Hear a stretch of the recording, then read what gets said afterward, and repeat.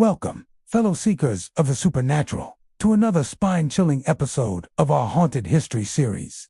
Tonight, we embark on a journey through the misty fields and shadowed woods of Tennessee, a land steeped in both beauty and bloodshed.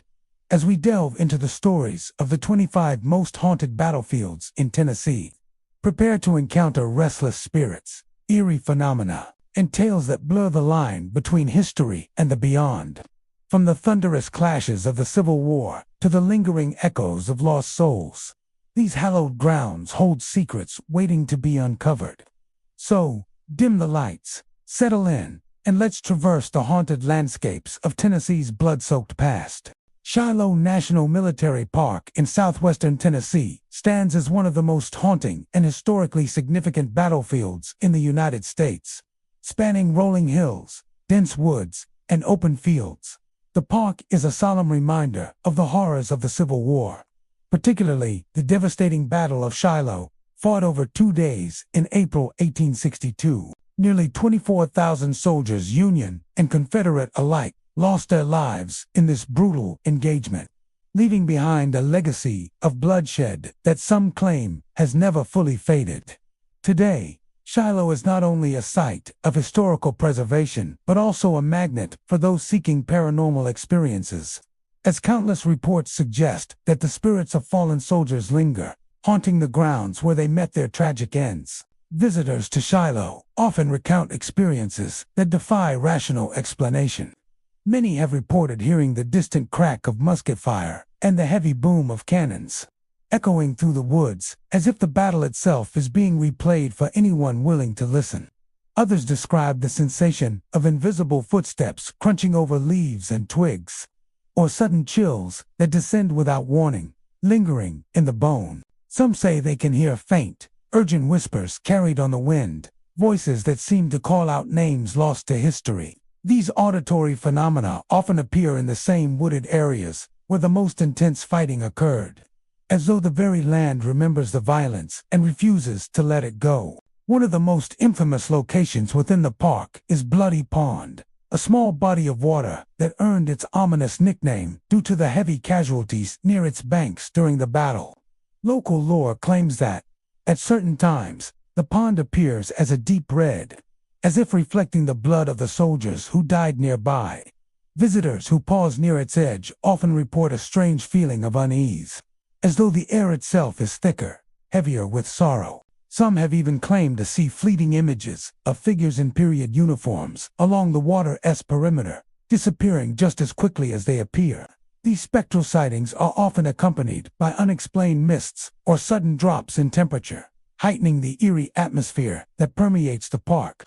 Hikers and history enthusiasts alike have shared personal accounts that suggest a lingering presence beyond mere suggestion. One visitor described walking along a narrow forest path at dusk when a sudden and intense sense of being watched fell over them.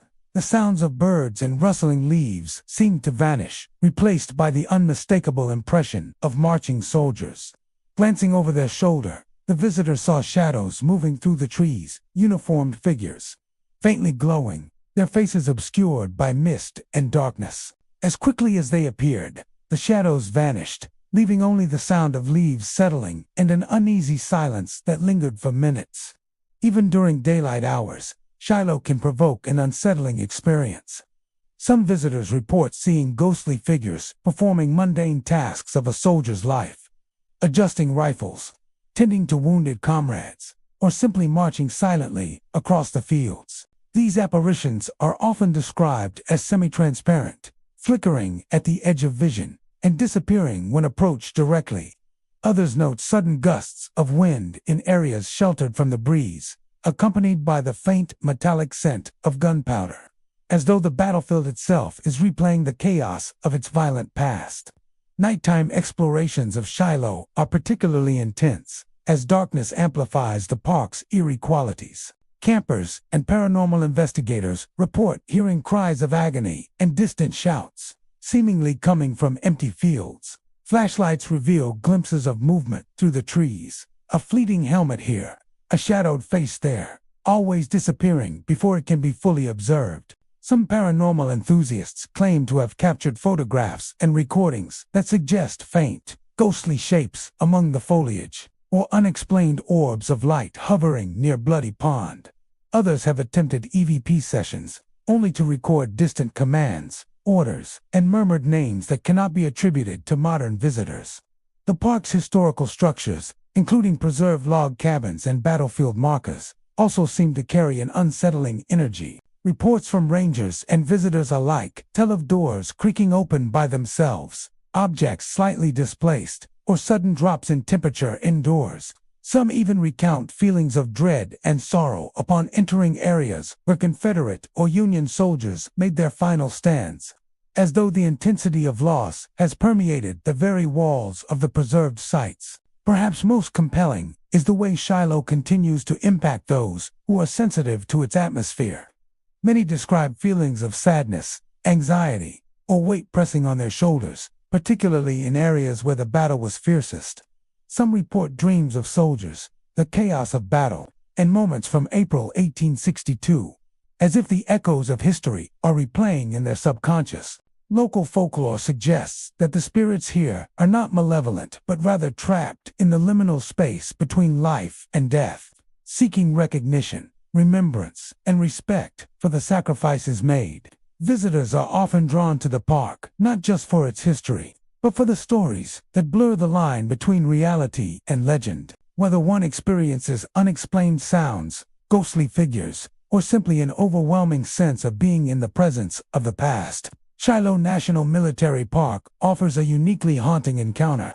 It serves as a reminder that the consequences of war linger far beyond the battlefield, sometimes leaving behind echoes that resist fading, whispering to anyone who treads upon these sacred, blood-soaked grounds. From the whispering woods to the chilling edge of Bloody Pond, Shiloh National Military Park is a place where history and the supernatural intertwine. The battlefield stands not only as a memorial to those who fought and died, but also as a stage for the lingering presence of soldiers whose stories cannot be fully told through plaques or guidebooks. Whether these experiences are the echoes of a violent past or the vivid imagination of those sensitive to the atmosphere, the reports of ghostly encounters and unexplained phenomena continue to captivate all who visit.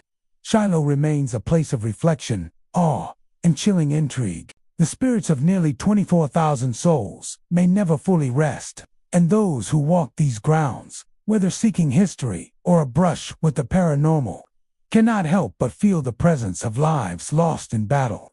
In the silence of the trees, in the shimmer of mist across the fields, and in the sudden cold that descends without warning, Shiloh whispers its haunting tale, an enduring testament to the cost of war and the shadows that linger long after the cannons have fallen silent. Stones River National Battlefield in Murfreesboro, Tennessee, is a place where history and legend converge, leaving a haunting legacy that has persisted for over a century.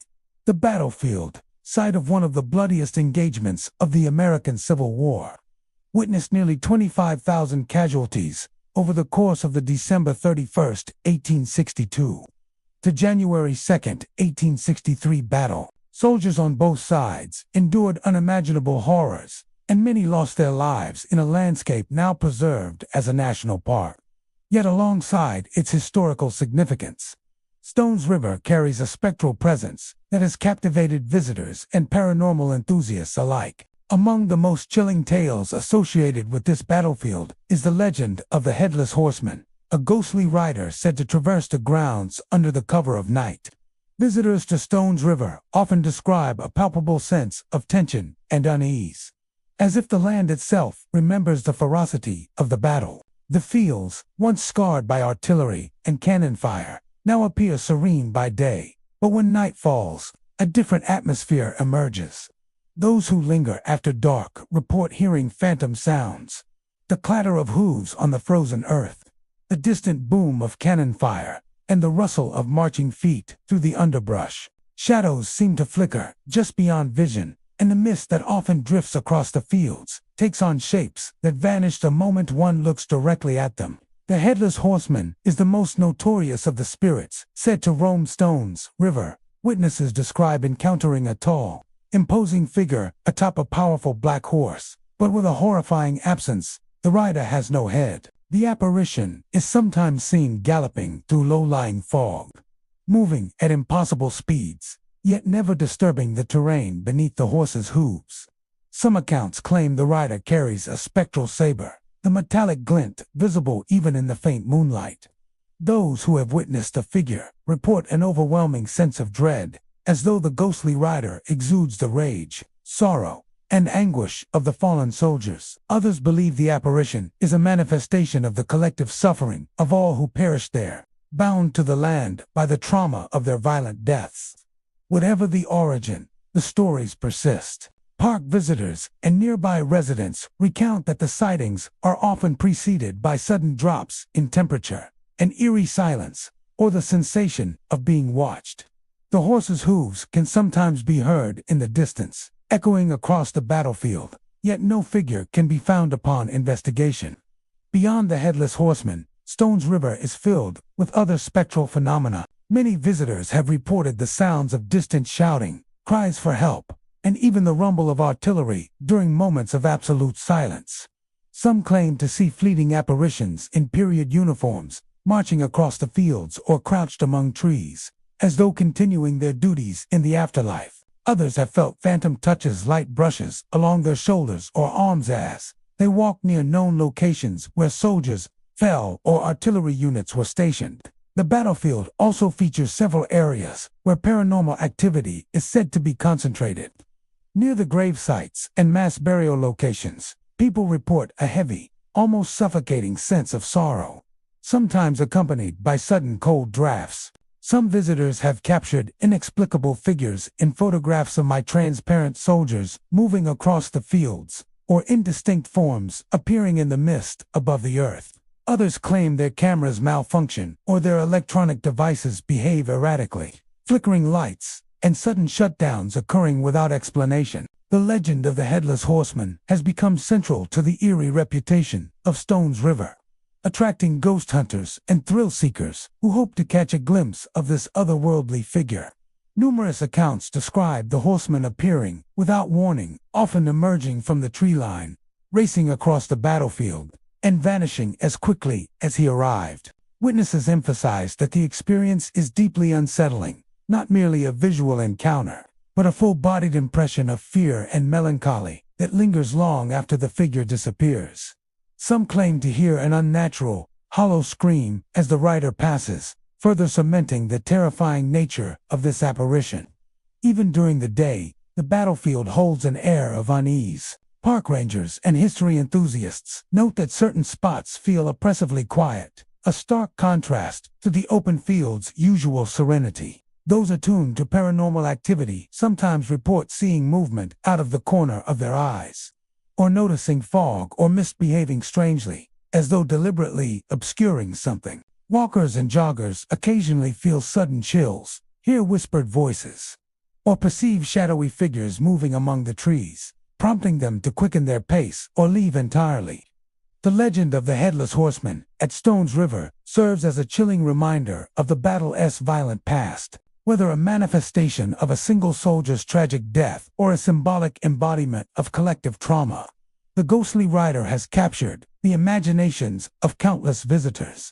The combination of historical tragedy, visual apparitions, and auditory phenomena makes Stones River National Battlefield a uniquely haunting experience, where history and the supernatural seem to coexist. Those who visit the site are often struck by the powerful connection between the past and present.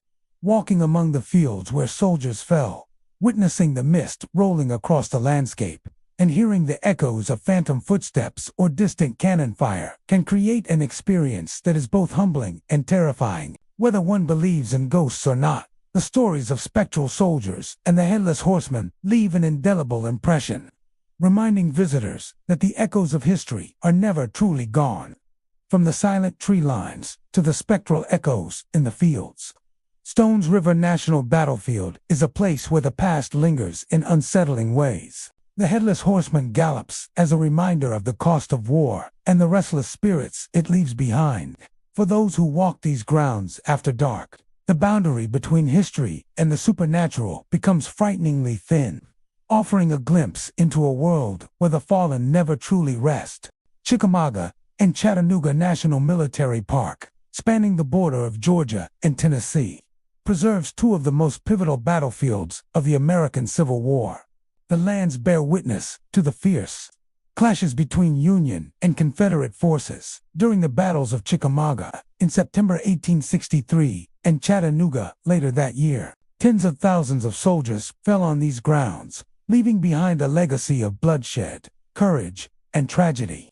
Today, the park not only serves as a historic site but also as a hotspot for paranormal activity, with numerous reports of ghostly phenomena that continue to captivate visitors. Among the most enduring legends is that of Old Green Eyes, a spectral presence said to haunt the wooded expanses and open fields where soldiers once fought and died. Visitors to the park often recount an overwhelming sense of unease upon stepping onto the grounds.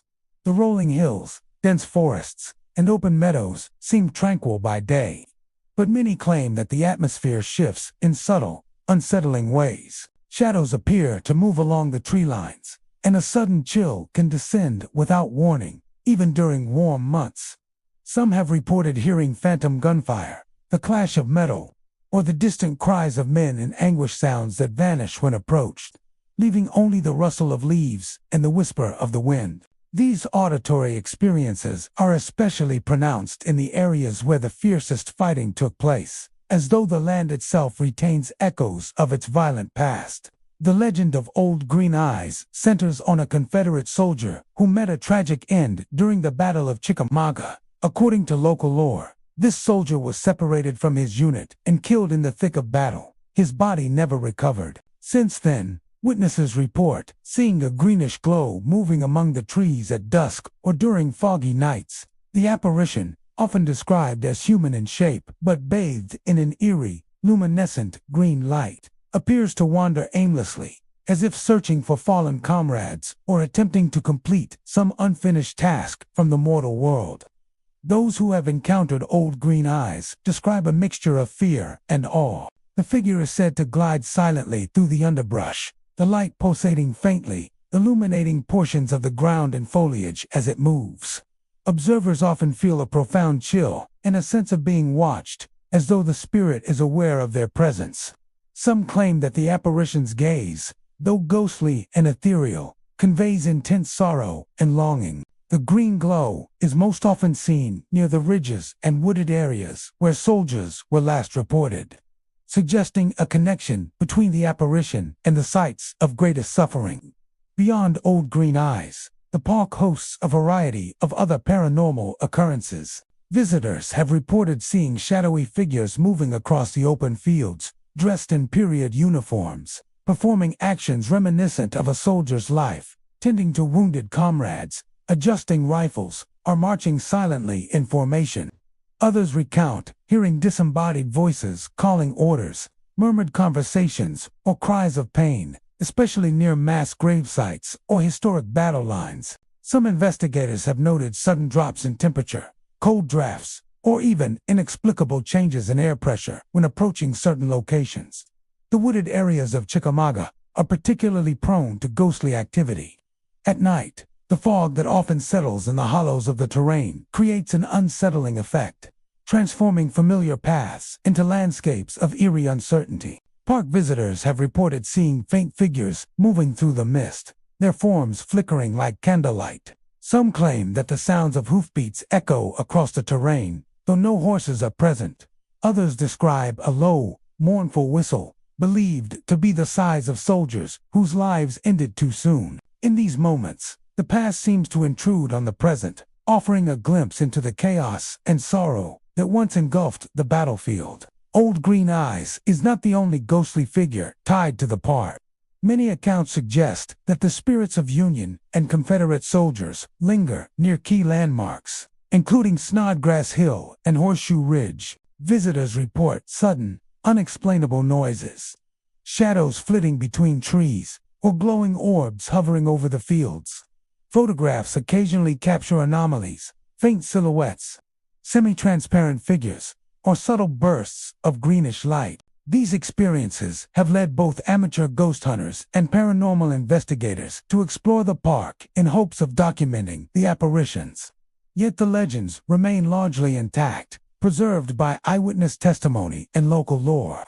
Even during the daytime, visitors sense the heavy weight of history on the land. Park rangers and historians note that many areas feel oppressively silent, with a stillness that contrasts sharply with the activity of wildlife and the usual sounds of nature. Those sensitive to paranormal energy often report feeling watched, hearing faint whispers, or perceiving movement from the corners of their eyes. Some describe an almost magnetic pull toward certain locations, as if the spirits themselves guide observers to the sites of their final moments. The enduring fascination with old green eyes and the other spectral phenomena at Chickamauga and Chattanooga National Military Park underscores the deep human connection to history and the unexplained. These haunted experiences offer a visceral reminder of the sacrifices made on these grounds, the lives lost, and the lingering consequences of war. Whether viewed as actual paranormal encounters or as manifestations of collective memory and trauma, the legends of ghosts, soldiers, and spectral apparitions remain a central part of the park's identity. For those who walk these fields, the presence of old green eyes serves as a haunting reminder that the past is never truly gone. The green glow in the mist, the faint sounds of battle, and the shadowed figures glimpsed from the corner of the eye all create an atmosphere where history and the supernatural intersect. Visitors leave with more than just photographs or memories of scenic views. They carry with them the echo of lives once lived, the sorrow of a battlefield, and the lingering impression that some spirits are destined to wander forever. Chickamauga and Chattanooga National Military Park stands as both a monument to courage and a stage for the supernatural. In the green glow of dusk, amidst the rolling hills and dense forests, old green eyes roams a ghostly sentinel of a bygone era, forever searching, forever reminding those who witness him of the human cost of war. The Franklin battlefield in Tennessee stands as one of the most haunting reminders of the American Civil War. Fought on November 30, 1864, the Battle of Franklin was a brutal confrontation between Confederate and Union forces, resulting in nearly 10,000 casualties in a single day. Among the most notable sites within the battlefield is the Lots House, a private residence at the heart of the conflict that has become infamous for its paranormal activity. The Lots House, built in the 1850s by German immigrants Martin and Margaretha Lotz, was used as a field hospital during the battle. Soldiers on both sides were brought within its walls, suffering from wounds inflicted by musket balls, artillery, and bayonets. Stories suggest that desperate medical procedures were carried out in rooms that are now silent, the screams of the injured and dying absorbed into the very structure.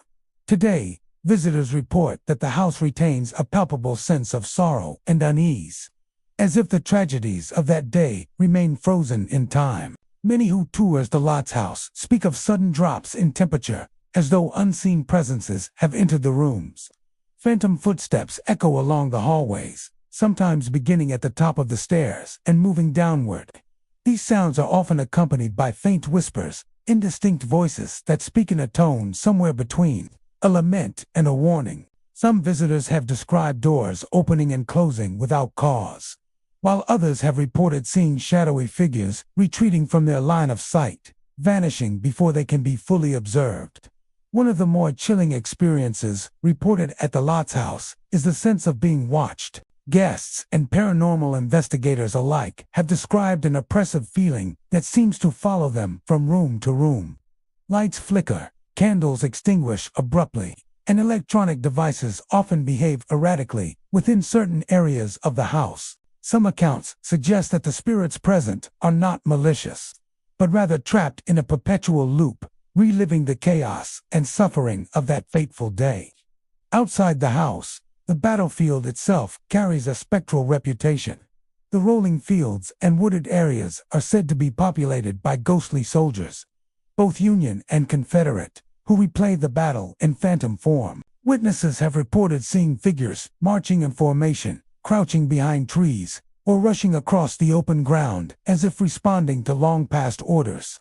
On quiet nights, the distant sounds of gunfire, cannon blasts, and soldiers shouting are said to echo across the land, vanishing as soon as one tries to locate their source. The spirits of children are also said to haunt the Lot's house and surrounding areas. Some visitors claim to hear the laughter or crying of young voices, seemingly coming from empty rooms or abandoned corners of the property. These sounds are thought to be the remnants of the Lot's family's own children, or perhaps the children of soldiers who died during the battle. The innocent nature of these spectral sounds contrasts eerily with the violence that permeates the rest of the battlefield, creating a sense of dissonance that unsettles even the most skeptical observer. Numerous paranormal investigations have been conducted at the Lot's house and the Franklin battlefield, with varying degrees of documentation. Photographs occasionally reveal unexplained shadows or translucent forms, while audio recordings sometimes capture faint voices or footsteps that cannot be explained by environmental noise.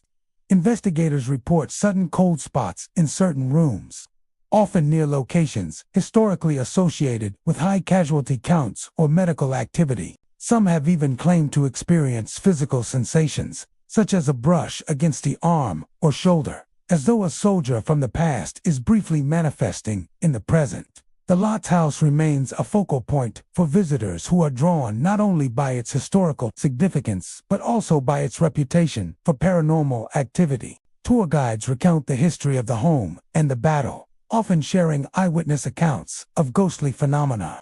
Many guests leave with a mixture of awe and unease, describing an experience that blends history with the supernatural.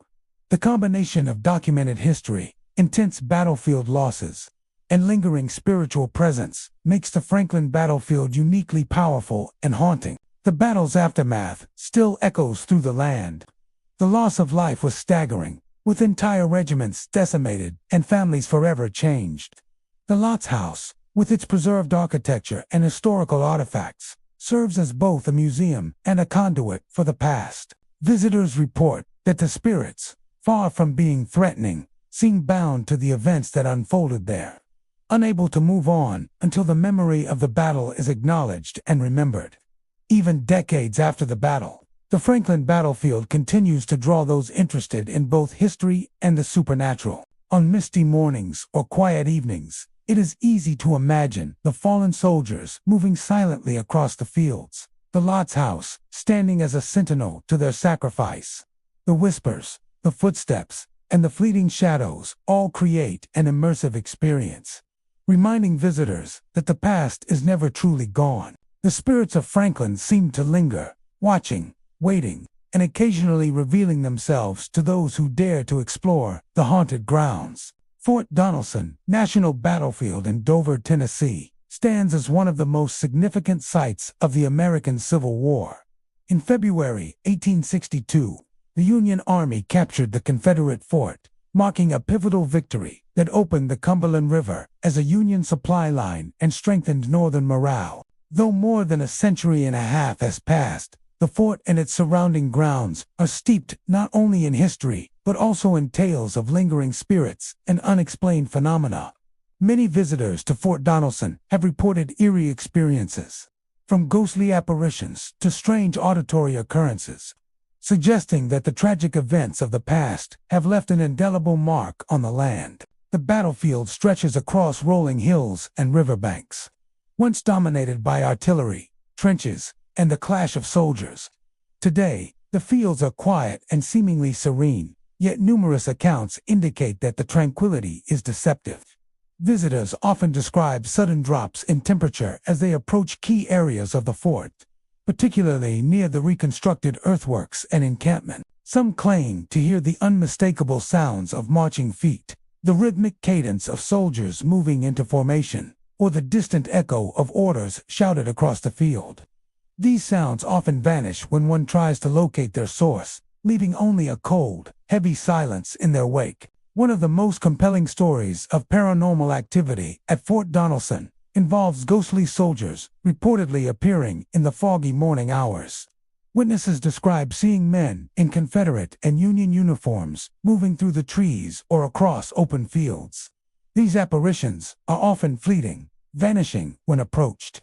Yet their presence leaves a strong impression on those who observe them. Some visitors report that the soldiers appear to be engaged in ordinary activities, carrying rifles, tending to the wounded, or peering cautiously across the terrain, as if assessing the battlefield. The detailed accuracy of the uniforms and weaponry has led some to believe these sightings are echoes of the actual soldiers who once fought and died there. Beyond visual phenomena, the fort is also associated with auditory hauntings. Reports include the faint roar of cannon fire, the crack of musket shots, and the anguished cries of soldiers.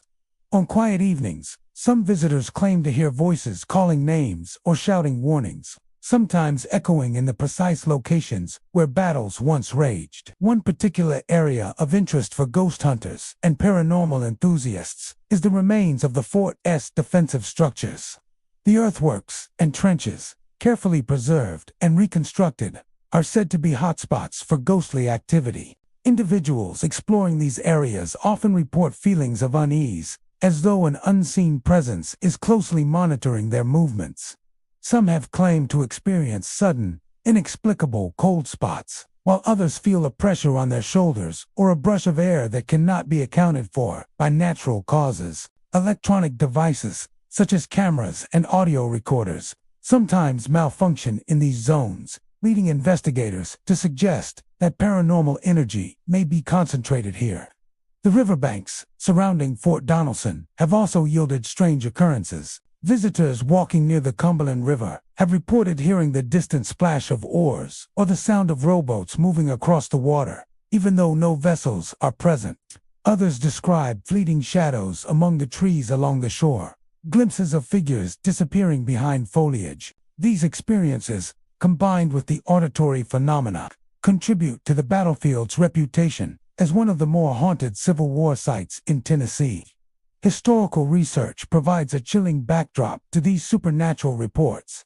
The battle claimed the lives of over 2,500 Union soldiers and more than 2,600 Confederate soldiers, with countless others wounded. The chaos and suffering were immense, with many soldiers dying in cold, muddy trenches or succumbing to wounds in makeshift field hospitals. The scale of human loss and the intensity of the fighting likely contribute to the persistent stories of ghostly activity, as the land itself seems to retain the memories of those who perished. Many visitors have recounted personal encounters with the supernatural. Some describe feeling watched while standing in silent fields, or seeing figures standing motionless, staring into the distance as though waiting for orders. Others have heard phantom footsteps approaching from behind, accompanied by the metallic clatter of weaponry or the shuffle of marching boots. These experiences often provoke both fear and fascination, drawing visitors who are eager to explore the intersection of history and the unexplained.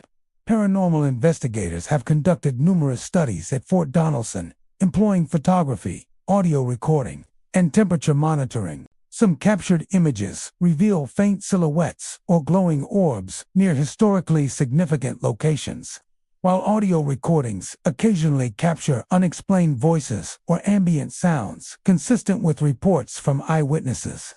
These findings, while inconclusive, add to the lore surrounding the battlefield, creating a compelling narrative for those intrigued by both history and the paranormal. Even for casual visitors, the atmosphere of Fort Donelson can be profoundly affecting. The quiet rolling fields, the remnants of fortifications, and the proximity to the River Combine to create a landscape that feels charged with history. The knowledge of past bloodshed, coupled with the persistent reports of ghostly sightings and sounds, evokes a deep sense of reverence and unease. For many, visiting Fort Donelson is not just a tour of a historical site, is a journey into a place where the past continues to whisper, where the spirits of fallen soldiers linger, and where the boundary between the living and the dead feels remarkably thin. Fort Negley, perched atop St. Cloud Hill in Nashville, Tennessee, stands as both a historical landmark and a site steeped in eerie lore.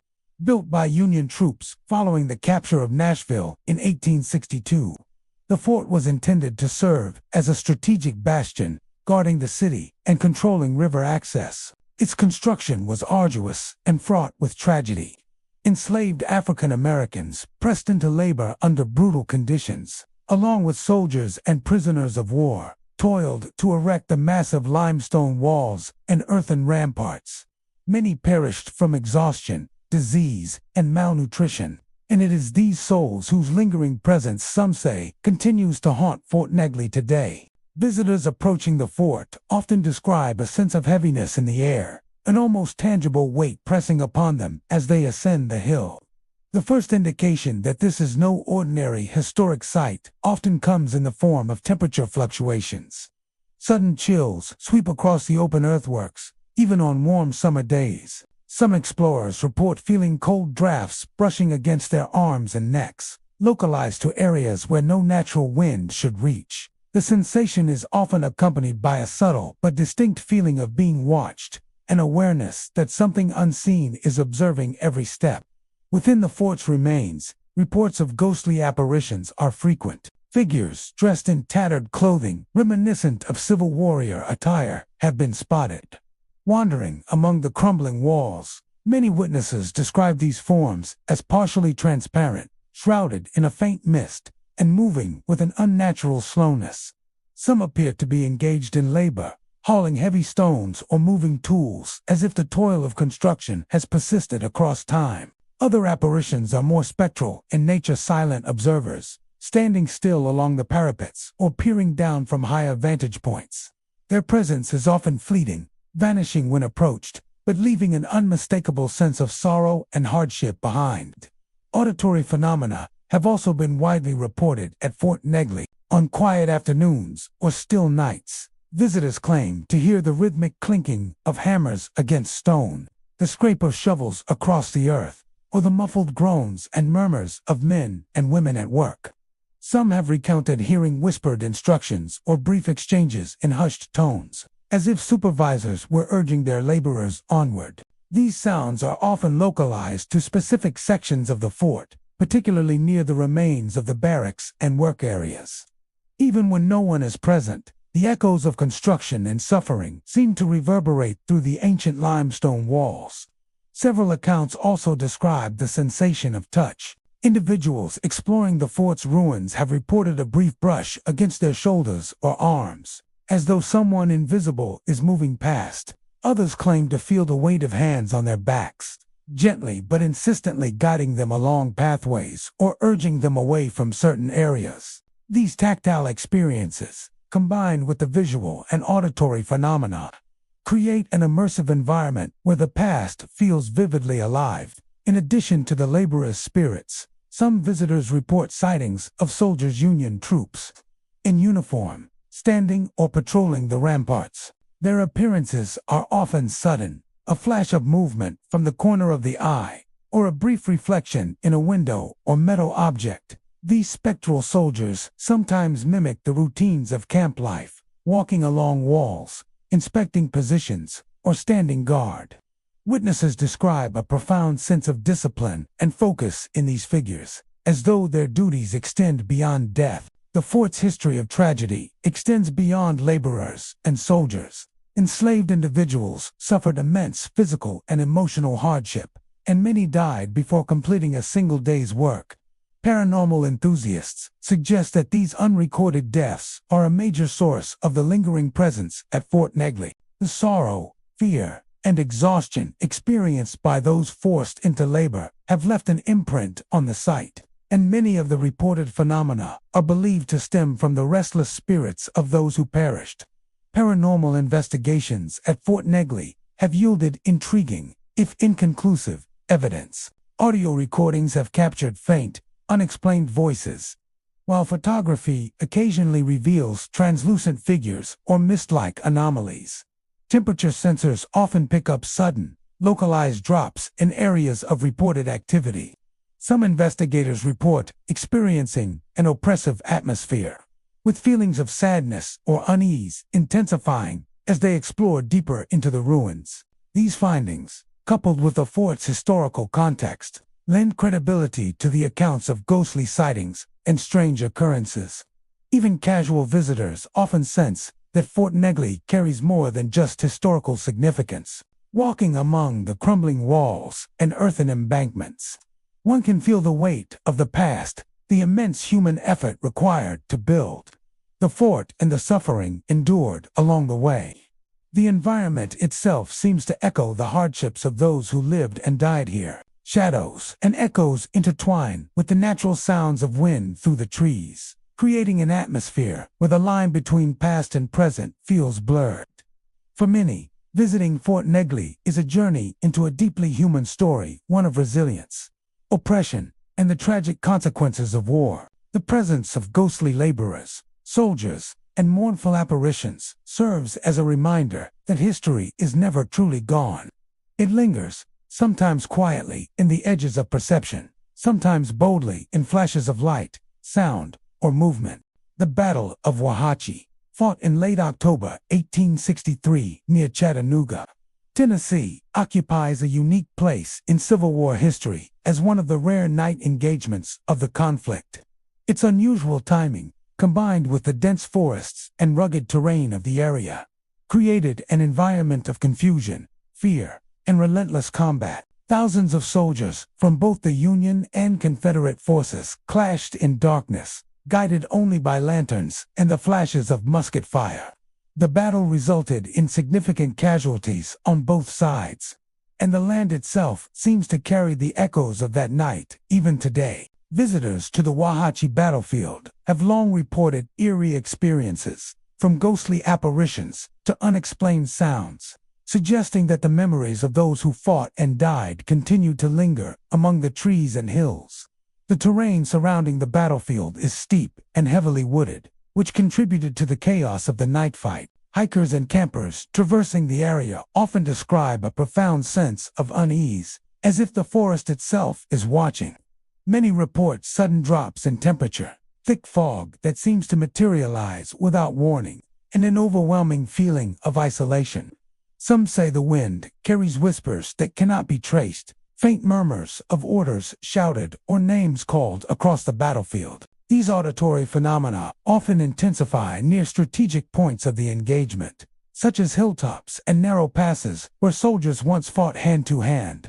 Perhaps the most commonly reported paranormal activity at Wauhatchie involves the sighting of ghostly soldiers. Witnesses describe figures in tattered uniforms, partially transparent, moving through the undergrowth or standing on ridgelines, seemingly frozen in time.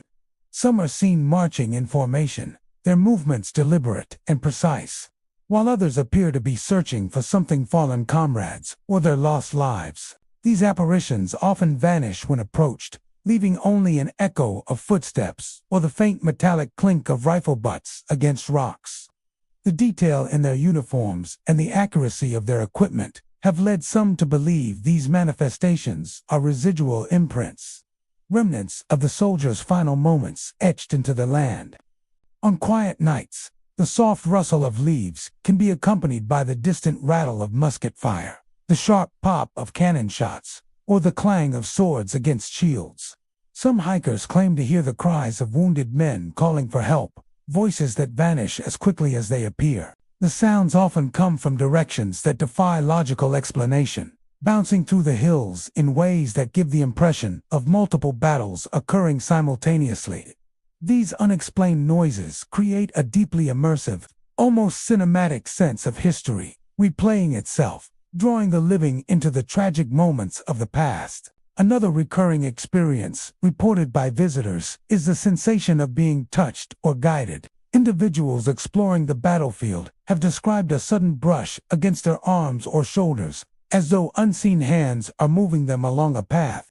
Others feel a heavy presence pressing in from behind or beside them, a subtle but unmistakable awareness of someone or something watching. These tactile sensations, combined with visual and auditory experiences, create a multisensory haunting that leaves a lasting impression on anyone who ventures into the woods at night.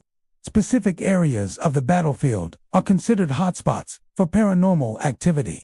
The ridge, known as Wauhatchie Knob, for example, is frequently cited in eyewitness reports. Visitors standing on the summit have described seeing phantom soldiers moving along the slopes, their forms illuminated briefly by shafts of moonlight. The dense tree cover around the ridge also seems to amplify the auditory phenomena, with musket fire, shouted commands, and cries of pain echoing as though replaying the events of that fateful night. Similarly, the valley areas near creeks and ravines are said to produce inexplicable cold spots and flickering shadows, creating an atmosphere of tension and anticipation that mirrors the original battle conditions. Historical research helps contextualize the persistent hauntings. The Battle of Wauhatchie resulted in over 600 casualties, with many soldiers killed, wounded, or missing in the dense forests. The darkness, combined with the confusion of night fighting, left numerous bodies undiscovered for hours, intensifying the tragedy. Paranormal enthusiasts argue that the trauma and sudden death experienced by so many men in close quarters could contribute to the residual energy reported by witnesses. The land, scarred by combat and death, may retain an echo of the events that unfolded, allowing modern-day visitors to witness fragments of the past. Over the years, paranormal investigators have conducted studies at Wauhatchie, employing audio recording devices, infrared cameras, and thermal imaging. Some have captured faint, unexplained voices, strange orbs of light, or shadowy figures moving across the field of view. Others report sudden drops in temperature and sensations of pressure that defy natural explanation, while skeptics often attribute these experiences to environmental factors such as wind, fog, or the mind's interpretation of natural sounds in an eerie setting. Many witnesses remain convinced of a supernatural presence tied to the battlefield's violent history. Even for casual visitors, the battlefield evokes a deep connection to the past. Walking among the hills and through the thick forest, one can almost hear the echoes of orders shouted, men running to meet the enemy, and the cries of those falling in the dark. The combination of historical knowledge and personal experience of the landscape heightens the sense that the battlefield is more than just a preserved site. It is a place where the memories of the fallen endure, lingering in forms both visible and invisible.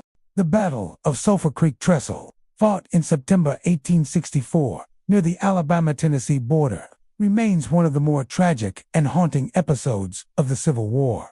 The engagement was brief but brutal, ending in a decisive Confederate victory that left dozens of Union soldiers dead or captured. The battlefield, largely wooded and remote, bears the weight of that violent past. Today, the area surrounding the trestle and its nearby forests has earned a reputation for paranormal activity, attracting historians, thrill-seekers, and paranormal enthusiasts alike, all drawn to the lingering echoes of a long-past battle. Visitors to the Sulphur Creek site often describe an immediate sense of unease as they approach the area. The dense trees and uneven terrain seem to magnify the feeling of isolation, as if the forest itself is holding its breath. On quiet days, the wind through the branches carries strange sounds, rustling leaves, snapping twigs, and occasional low murmurs that resemble distant voices. Some hikers claim to have heard orders shouted, horses whinnying, and the unmistakable clash of metal from unseen skirmishes. These auditory phenomena are particularly pronounced near the remains of the trestle and along the banks of Sulphur Creek, where many of the battle's fiercest moments unfolded. Perhaps the most unsettling reports involve ghostly apparitions. Witnesses have described seeing soldiers in tattered Union and Confederate uniforms moving among the trees or along the old railway embankments. These figures often appear partially transparent, flickering in and out of view, and sometimes seem to be frozen in mid-action, raising rifles, rushing forward, or stumbling as though struck down. Many observers report that these figures vanish when approached, leaving only an eerie silence behind. Some have even claimed to glimpse faces contorted in pain or despair, their eyes fixed on the living with a silent intensity that chills the soul.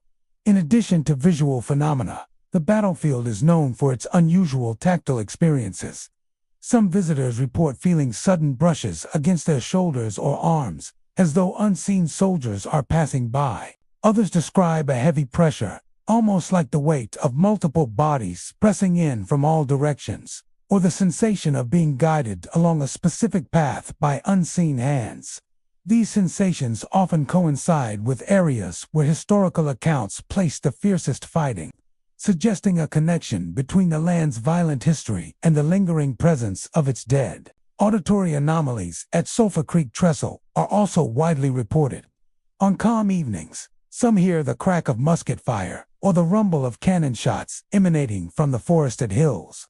Others describe the groans and cries of wounded men, calls for help, and whispered orders echoing across the tree line. These sounds can be startlingly realistic, creating the impression that the battle is replaying itself for anyone who ventures close enough.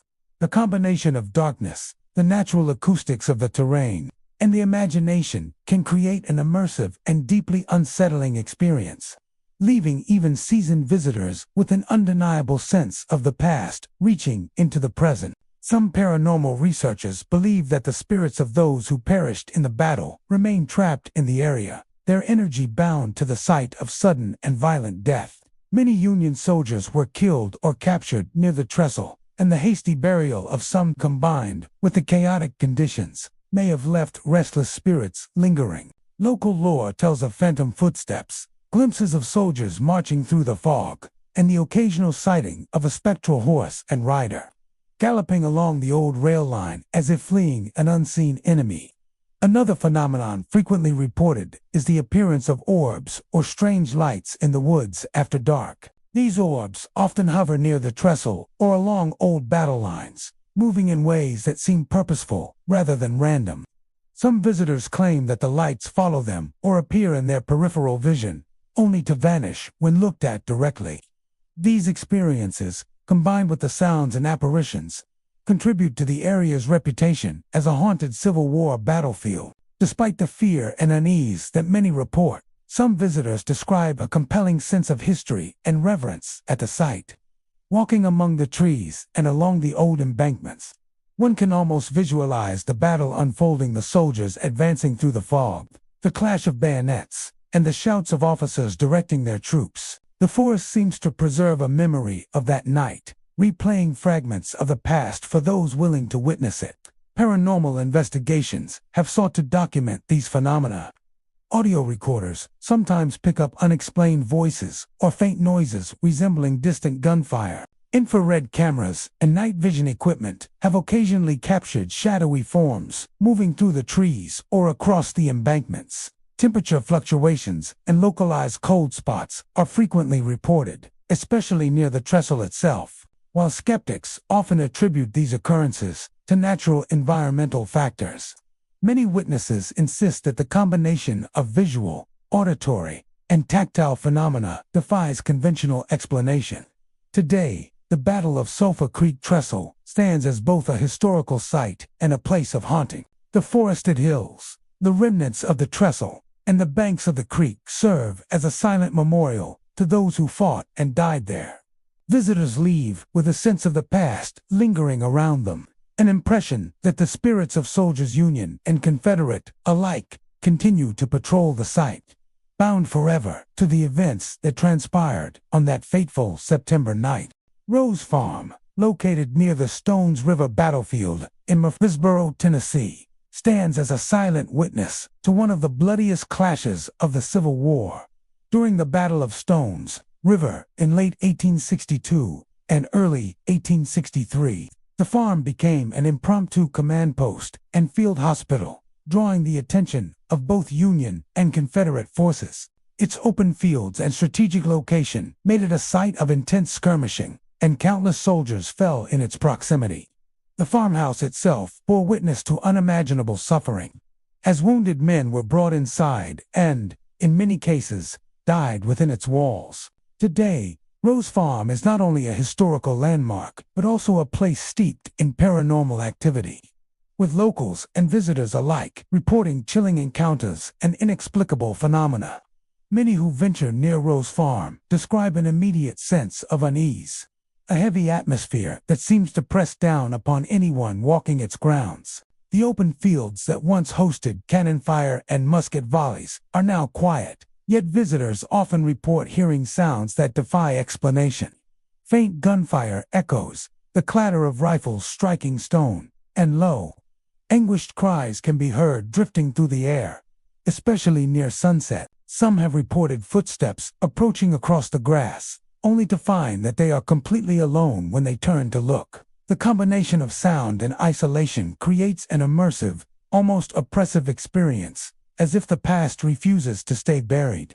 The farmhouse itself is the centerpiece of Rose Farm's haunting. Visitors and paranormal enthusiasts report sightings of ghostly soldiers moving through the rooms, often appearing in faded uniforms from both sides of the conflict. Some see figures standing by the windows, staring outward as though watching the battlefield unfold again. Others report apparitions kneeling beside beds or tables, tending to unseen wounds or clutching their chests in agony. These manifestations are frequently accompanied by sudden drops in temperature, inexplicable cold spots that seem to follow visitors from room to room, and a pervasive feeling of being watched. One of the most commonly reported experiences involves the smell of gunpowder. Even on days when the air is still and no fires burn nearby, the scent sometimes wafts through the farmhouse and surrounding fields. This olfactory phenomenon often coincides with other strange occurrences, such as fleeting shadows, faint whispers, or distant clanging of metal, reinforcing the impression that the spirits of soldiers continue to replay the horrors of that battle. Some visitors describe feeling an almost tactile presence, as if the energy of those who died is pressing down on them, guiding or warning them as they navigate the historic site. Auditory phenomena are also a frequent part of Rose Farm's haunted reputation.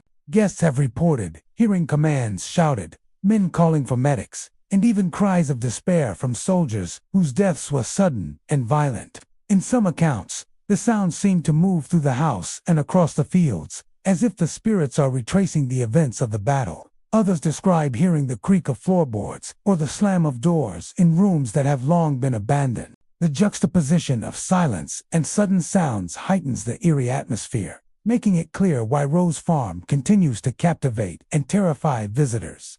Sightings of full apparitions are not uncommon. Some visitors describe seeing soldiers walking along the edge of the fields, rifles slung over their shoulders, their faces pale and solemn. Others report seeing figures appearing in the farmhouse windows, only to vanish when approached. One frequent report involves the appearance of shadowy figures tending to wounded comrades, as if the house has become a permanent field hospital where the past never truly leaves. The level of detail in these sightings, down to period-accurate uniforms and equipments, suggests that these are not mere tricks of the imagination, but lingering impressions of a violent and tragic history. Paranormal investigators have also documented unusual activity at Rose Farm. Audio recordings sometimes capture faint voices, indistinguishable whispers, and sounds that resemble distant gunfire. Night vision cameras have caught shadowy forms moving through the fields or disappearing into the house. And thermal imaging occasionally reveals sudden cold spots and heat anomalies in areas that should be empty. Many investigators note a sense of residual energy in the house and grounds, as if the violent and emotional intensity of the battle left an imprint that remains visible to the sensitive or the observant. Even for casual visitors, the impact of Rose Farm is undeniable. Walking through the fields and into the farmhouse, one cannot help but feel the weight of history. The land and the house seem to preserve memories, replaying fragments of the battle and the suffering of those who lived and died there. The presence of ghosts, apparitions, and unexplained phenomena transforms Rose Farm from a simple historical site into a place where the past and present coexist, a tangible reminder of the human cost of war. The Carter House in Franklin, Tennessee, stands as a solemn reminder of one of the bloodiest engagements of the Civil War. Built in the mid-1800s, the house became a pivotal site during the Battle of Franklin on November 30, 1864, as Confederate forces attacked Union positions. The home was quickly transformed into an improvised field hospital. Bloodied soldiers were carried inside, and doctors worked tirelessly amid the chaos of battle. The floorboards were stained with the blood of the wounded, and many men died within its walls. Today, the Carter House is preserved as a historic site, but it is also renowned for its chilling paranormal activity, drawing visitors who report encounters with the lingering spirits of those who perished there. Guests approaching the house often sense an immediate heaviness in the air, as though the walls themselves remember the pain and violence that once filled them. The atmosphere is thick with an oppressive quiet, occasionally broken by sudden, unexplained sounds. Many visitors report hearing footsteps along the hallways, faint at first, then growing louder, as if soldiers were pacing or returning to check on their comrades. Some have claimed to feel brushes against their arms or shoulders. Yet, when they turn, there is no one there. These experiences evoke the sensation that the soldiers who died are still attending to the wounded, eternally performing the duties that claimed their own lives. Inside the house, the hospital rooms remain the epicenter of the reported haunting. Patrons and paranormal investigators have reported seeing ghostly figures dressed in torn and bloodied uniforms, kneeling beside beds or lying prone on the floor. Some figures appear partially transparent, while others seem solid enough to cast faint shadows. Witnesses often describe the sense of urgency these apparitions convey, moving with purpose as though tending to the living or dying. Others describe sudden cold spots in these rooms, sometimes accompanied by the metallic scent of blood and the faint echoes of distant groans. Many agree that these phenomena are strongest near areas where the most casualties occurred, suggesting a direct connection between trauma and the lingering presence of the dead. Auditory phenomena are particularly striking at the Carter House. Guests frequently report hearing whispers of soldiers calling for medics, faint cries of pain, and the muffled commands of officers coordinating the battlefield from within the house. The sounds are often directional, moving through the hallways and sometimes seeming to follow visitors from room to room. Others report the creak of floorboards, the slam of doors, or the sudden rattle of furniture in rooms that have long been static. Even skeptics are sometimes unsettled, as these noises appear random, yet perfectly timed to startle or disorient those who walk through the historic home. The exterior of the Carter House is no less haunted. The grounds surrounding the home were once the site of intense fighting, and visitors report feeling the sensation of being watched across the fields. Some have glimpsed shadowy figures moving along the tree line or near the garden beds, often in the dim light of dusk or dawn. Apparitions sometimes appear to march, replicating troop movements, or pause to inspect the battlefield as though they are trapped in a perpetual loop of the battle. The combination of fog, tree cover, and the natural acoustics of the landscape often amplifies the eeriness, creating an immersive experience for those who wander the property. Several visitors have described seeing full-bodied apparitions on the porches and inside the windows of the house.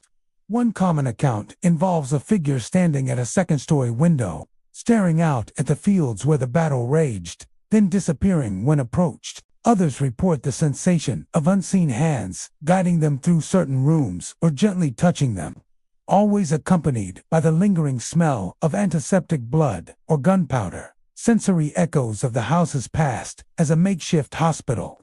Paranormal investigators who have explored the Carter House report a variety of strange phenomena. Digital audio recorders occasionally capture unexplained whispers, commands, or groans. Infrared and night vision cameras have recorded shadowy forms darting through rooms and along hallways, sometimes disappearing entirely when examined closely. Temperature fluctuations and cold spots are frequently noted, often coinciding with the most reported areas of apparitions. The consistency of these experiences over decades has cemented the house's reputation as one of Tennessee's most haunted Civil War sites. Visitors often remark on the emotional weight of the Carter House. Walking through the rooms, it is impossible not to imagine the chaos of that day, the groans of the wounded, the hurried commands of doctors, and the cries of men dying far from home. The house seems to preserve these memories, almost as if the spirits of the soldiers and medics remain tethered to the very walls and floors.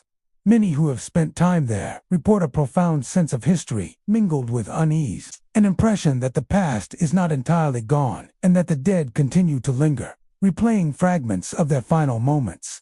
Carnton Plantation, nestled in Franklin, Tennessee, is a sprawling estate with a dark and haunting past.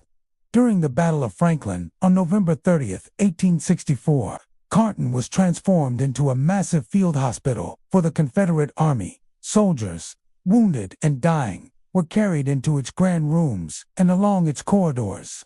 As doctors and nurses worked tirelessly, to save lives amidst the chaos. The plantation's history is steeped in tragedy, and over the years, it has become one of the most haunted locations in Tennessee. Visitors consistently report unexplained phenomena, from ghostly apparitions to strange sounds, making Carnton not only a historical landmark, but also a center of paranormal activity. Stepping onto the grounds of Carnton Plantation, visitors often describe an immediate sense of unease. The air seems heavy, as if it carries the lingering weight of past suffering. The quiet of the estate is deceptive, often broken by distant sounds that cannot be explained. Some have reported the echoing sounds of marching feet across the lawns and driveways, despite the absence of any living person. Others claim to hear faint whispers, sometimes rising to the level of audible conversation. Yet the voices seem to vanish when approached. This combination of silence and spectral sound creates an immersive and unsettling atmosphere, giving the impression that the past is never truly gone. Inside the plantation house, the hauntings are even more pronounced. Visitors frequently report seeing apparitions of soldiers dressed in Confederate uniforms, appearing as if they are tending to the wounded or searching for comrades. Some figures are translucent, while others appear solid, moving deliberately through rooms as if reliving the events of that fateful day. Ghostly doctors and nurses have also been reported, appearing to administer care to unseen patients, their presence accompanied by sudden drops in temperature and inexplicable cold spots that seem to track the movement of visitors. Many claim to feel an overwhelming sense of being watched, as though the spirits are aware of intruders in their midst. One of the most commonly reported phenomena at Carnton is the sound of distant battle. Visitors often describe hearing the clash of musket fire, the boom of cannons, and the anguished cries of soldiers. Even though the sounds originate from within the stillness of the plantation, the noises are sometimes directional, moving through hallways or across the grounds, reinforcing the feeling that the plantation is replaying fragments of its violent past. Some guests have even reported hearing the hurried footsteps of retreating soldiers or the shuffle of those carrying the wounded, creating a chilling audio landscape that mirrors the chaos of the Battle of Franklin. Apparitions are not limited to soldiers. Many visitors have reported seeing figures of women in period attire, believed to be nurses, standing silently by beds or moving through rooms with somber determination. Others have witnessed the fleeting shadows of children, perhaps representing young family members who once lived on the estate, or the spirits of soldiers' sons lost in the war. These encounters are often accompanied by sudden sensory changes, including cold drafts, fleeting chills, or the faint smell of antiseptic and gunpowder, adding a tactile dimension to the haunting experience. The plantation grounds themselves are rife with spectral activity. Witnesses report ghostly figures walking among the trees or along the pathways that soldiers once traversed. The sounds of marching feet across the lawns are a recurring theme, often coinciding with sightings of shadowy forms moving in formation. Visitors have also described the eerie sensation of being followed, with footsteps echoing behind them even when no one is visible. Some paranormal investigators have captured images of unexplained orbs or shadowy figures in photographs, reinforcing the estate's reputation as a site of sustained supernatural activity. Carnton Plantation has attracted both casual visitors and dedicated paranormal investigators. Audio recordings sometimes capture distant voices, commands, or the moans of the wounded, while night vision cameras have documented shadowy shapes moving through the rooms or across the grounds.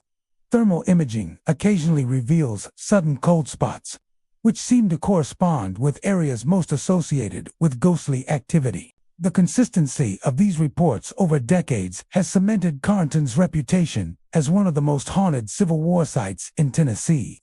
The emotional weight of Carnton is undeniable.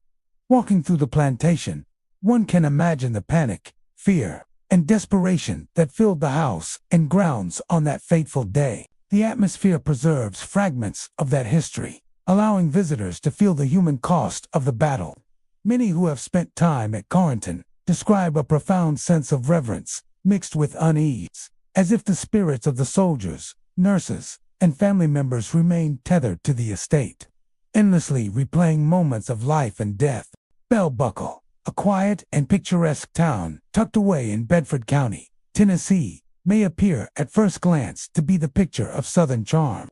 With its quaint streets, historic buildings, and small-town serenity, it feels like a step back in time. Yet beneath the surface of this peaceful community lies a darker, more mysterious side, one that stirs to life as the sun sets and the mist rolls across the old Bell Buckle Cemetery. This burial ground, home to the remains of numerous Civil War soldiers, is the heart of local legend and the setting for countless tales of ghostly apparitions, phantom footsteps, and chilling whispers carried on the night wind.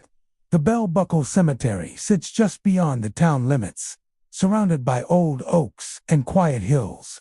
By day, it is a serene place, with weathered tombstones standing in crooked lines and moss creeping over names long forgotten. But as night falls, locals say the atmosphere changes.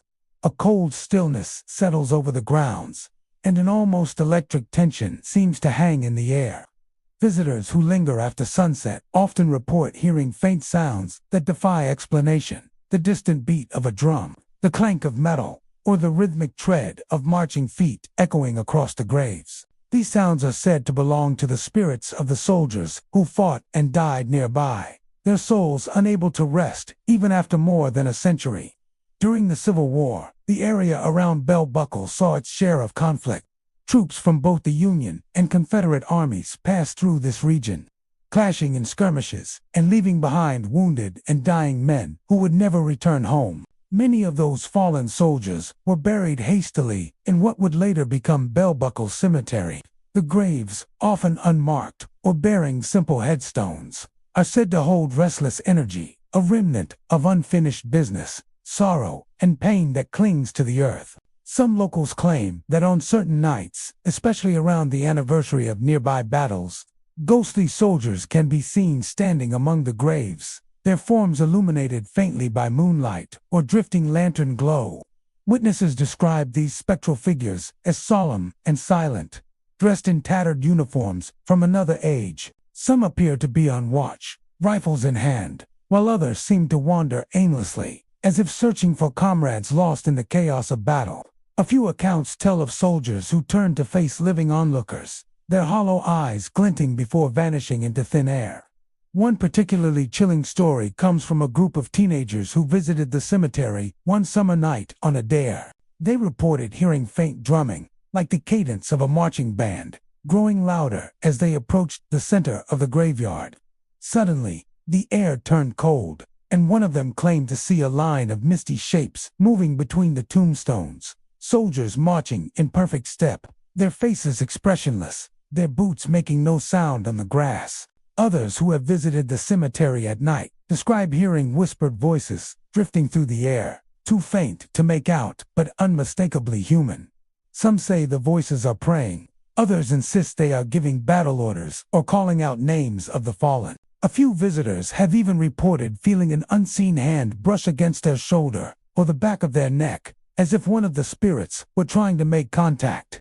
Paranormal investigators who have explored Bell Buckle Cemetery with recording equipment claim to have captured strange electronic voice phenomena, low moans, words like march, home, or help that seem to come from nowhere. Beyond the cemetery gates, the hauntings sometimes spill over into the surrounding countryside. Farmers working nearby fields have spoken of seeing figures moving along old fence lines at dusk, vanishing when approached. Drivers passing the cemetery late at night often report glimpsing shadowy shapes by the roadside or glowing lights drifting through the trees. One truck driver claimed he saw what looked like a column of soldiers crossing the road near the cemetery entrance, only for them to disappear as his headlights hit them. When he stopped to investigate, the road was empty, but he swore he could still hear the faint sound of boots striking pavement. The legend of Bell Buckle as haunted cemetery has become a quiet but enduring part of local folklore. Residents often speak of the spirits with respect rather than fear, believing that they are simply lingering echoes of men who died far from home. Still, few people willingly visit the cemetery after dark. The sense of unease is too strong, the atmosphere too heavy with unseen presence. Even those who dismiss ghost stories admit that the cemetery feels different, colder, quieter, and inexplicably alive when the sun goes down. Some historians and paranormal researchers suggest that the energy of Bell Buckle Cemetery may come from the collective sorrow of the soldiers buried there.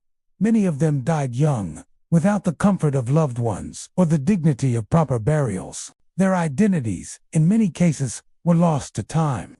The emotional imprint of such loss, some believe, has soaked into the land itself, replaying moments of anguish and duty in a never-ending loop. Whether one believes in spirits or not, there is no denying the palpable sense of history that clings to the site, a history that feels almost sentient, as though the land remembers. Murfreesboro, Tennessee, a city steeped in history, tragedy, and whispers of the supernatural. Nestled in Rutherford County, this once quiet town found itself thrust into the chaos of the Civil War during the Battle of Stones River, one of the most brutal and costly conflicts of the war. Today, while Murfreesboro thrives as a vibrant community, the echoes of that grim past continue to reverberate through its streets. Located just a short distance from the Stones River battlefield, the Old City Cemetery stands as both a historical landmark and a haunting reminder of Murfreesboro's turbulent past.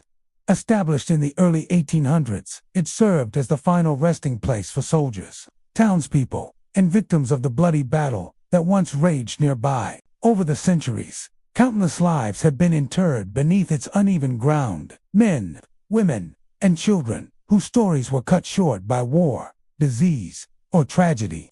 Yet according to those who've visited after dark, not all of them have found peace.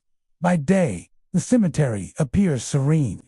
Tall, ancient oaks cast long shadows across cracked headstones and weather-worn monuments. Birds call from their branches, and the air hums softly with the sound of cicadas. But when the sun dips below the horizon, the atmosphere transforms. A cold stillness seeps through the iron gates, and even the breeze seems to hold its breath. Many who dared to enter after dusk claim the air itself feels heavier, as though the spirits of the dead awaken, curious or restless, unwilling to let the living forget their presence. The most common reports from the Old City Cemetery involve ghostly figures that appear among the tombstones. Witnesses describe pale silhouettes moving silently through the rows of graves, their forms fading in and out of view. Some appear dressed in ragged 19th century attire, while others manifest only as drifting shadows. On foggy nights, visitors have seen a woman in a long white dress standing near a crumbling headstone, her face hidden behind a veil. When approached, she vanishes without a trace. Locals have taken to calling her the mourner, believing she may be the spirit of a grieving widow who lost her husband in the Battle of Stones River and continues to search for his grave. Others have spoken of the soldier in gray, a spectral figure said to appear near the cemetery's oldest section. Witnesses describe a Confederate soldier standing motionless beneath the trees, his uniform torn and stained with what looks like blood. His expression, they say, is one of confusion, or perhaps sorrow. Some believe he is the ghost of a young soldier who died defending the town, unable to find his way home. Paranormal investigators who recorded audio in the area claim to have captured faint voices uttering words like help, water, and mother, often accompanied by the distant echo of marching boots or muffled gunfire. The eerie sounds are what disturb visitors the most. Even when the cemetery is empty, it seems alive with whispers. People have reported hearing footsteps crunching on gravel behind them, only to turn and find no one there. Others describe faint sobbing, as though someone were mourning nearby, or the metallic clink of a soldier's gear moving through the dark. There are even accounts of disembodied voices calling out names, sometimes clearly, sometimes buried within the wind. Those who have ventured too deep at night speak of sudden cold spots so intense that their breath fogs instantly and their skin prickles with goosebumps. The Old City Cemetery isn't the only haunted location in Murfreesboro. The surrounding area, once a battlefield drenched in blood, is rife with stories of lingering spirits. Residents have claimed that the cries of battle can still be heard echoing across the fields at Stones River. Musket fire, cannons, and the desperate shouts of soldiers reportedly reverberate through the night air, replaying scenes from the past like a grim recording that never ends. Visitors walking the trails have felt unseen hands brush their shoulders or the ground shake faintly beneath their feet, as if the earth itself remembers the trauma it once absorbed. Yet among all these stories, the old city cemetery holds a special place in local folklore. Some say it serves as a gathering point for the souls of those who died during the war, a spiritual crossroads where memories of love, loss, and conflict intertwine. It is not unusual, locals say, for fresh flowers to appear on certain graves overnight, placed there by unseen hands. On more than one occasion, visitors arriving at dawn have found footprints in the dew, leading from grave to grave, ending abruptly as though the walker simply disappeared into the mist. One of the most unsettling tales involves a caretaker who worked the cemetery in the 1970s. He claimed that while making rounds one evening, he saw a lantern flickering among the headstones. Thinking it might be vandals, he went to investigate, but as he drew closer, the light suddenly rose into the air and drifted away through the trees, vanishing without sound. Later that night, he heard footsteps pacing outside his small office near the gate. When he looked out the window, he saw a group of faint figures moving silently toward the far end of the cemetery. Soldiers, he said, carrying rifles and wearing ghostly expressions of exhaustion. He never returned after that night. To this day, the old city cemetery remains a place of quiet reverence and unease. It is visited by history buffs, paranormal investigators, and the occasional thrill seeker, each drawn by the stories of what lingers there. Some leave convinced that the legends are true, while others insist the strange experiences are simply tricks of the mind, the product of imagination fueled by history and fear. But even skeptics admit there is something undeniably haunting about the place. Near the quiet town of Adams, Tennessee, lies a dark hollow along the Red River, a place known as the Bell Witch Cave. To most, it looks like any other cave hidden within the Tennessee countryside, a narrow entrance carved into limestone, surrounded by tangled trees and mist that clings to the earth. But locals know better. They say this is no ordinary cave. It's a gateway to one of the most infamous hauntings in American history. The Bell Witch legend has echoed through generations, a chilling tale of curses, voices, and the invisible tormentor that plagued the Bell family over 2 centuries ago. The story begins in the early 1800s with John Bell, a farmer who settled in the Red River area with his family.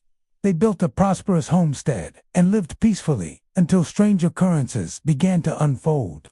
At first it was small things, scratching sounds in the walls, faint whispers at night, and the sound of rats gnawing through the floorboards when none could be found. But as the weeks passed, the disturbances grew violent. Heavy knocks shook the walls, blankets were ripped from beds, and faint laughter echoed through the house when no one was there. The Bell family's fear deepened when they began to hear a distinct voice, a woman's voice, speaking clearly in the dark. The entity identified itself as Kate, and soon became known as the Bell Witch. According to legend, she claimed to have been wronged by John Bell and swore to torment him and his family until his death. Her voice grew sharper and more mocking as time went on. She sang hymns, quoted scripture, and even engaged visitors in conversation, but her laughter always carried a sinister edge. The Bell Witch seemed to know everyone's secrets, their thoughts, their fears. Those who visited the Bell home reported hearing disembodied voices calling their names, and many left convinced they had encountered something beyond understanding. The haunting reached its peak between 1817 and 1821. John Bell fell ill, his health deteriorating rapidly under the witch's relentless torment. Family members described hearing her taunting him at his bedside, calling him Old Jack, and declaring that she would soon take his life. When he finally passed away in 1820, a vial of strange liquid was found nearby. The Bell Witch's voice was heard declaring, "I gave him that dose." At his funeral, mourners claimed to hear her laughing from the nearby woods. After John Bell's death, the haunting seemed too quiet, but it never truly ended. Locals said the witch retreated to a cave near the Bell property, a place she was seen disappearing into by candlelight. That cave, now known as the Bell Witch Cave, became the heart of the legend. Visitors who dared to enter reported strange happenings, whispering voices echoing through the dark, unseen hands tugging at clothing, and cold gusts of air that seemed to breathe from within the stone. Some even claimed to see a shadowy female figure flickering at the edge of their light, a shape that vanished the moment they tried to focus on it. The cave itself is small and winding, its walls slick with moisture and its air thick with the scent of earth and decay. Explorers say that once inside, sound behaves strangely. Whispers bounce off the rock in ways that make it impossible to tell where they come from. Footsteps echo where no one walks. Electronic devices often malfunction. Batteries drain suddenly. Cameras refuse to capture images. And voice recorders pick up faint murmurs. Sometimes a woman's voice. Sometimes a deep growl that sends shivers down the spine. Local guides who lead tours into the cave have countless stories. One recalls a group who, while exploring a narrow passage, heard a sudden hiss and a loud slap against the rock wall. When they shined their flashlights, they saw a handprint, wet, fresh, and far too high for any of them to have made. Another guide tells of a visitor who scoffed at the legend, laughing that the Bell Witch was nothing but a story.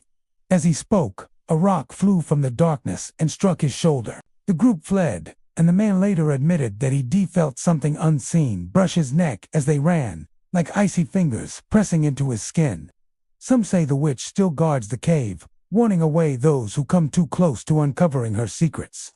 Others believe she is not a witch at all, but a restless spirit bound to the land, perhaps someone wronged or forgotten. Paranormal investigators have recorded voices saying words like leave, beware, and mine, often in tones that seem both human and inhuman at once. Many visitors report feeling overwhelming dread as they approach the back chamber of the cave, where the ceiling lowers and the air grows colder. It's here, locals say, that the witch's presence is strongest. The Bell Witch Cave has drawn attention from historians, ghost hunters, and thrill seekers alike. Despite countless investigations, no definitive explanation has ever been found. Skeptics suggest that the sounds and sensations might be caused by air currents, acoustic anomalies, or suggestion. Yet, even skeptics leave uneasy. The energy of the place feels old, older than the Bell family, older than the war or the town itself.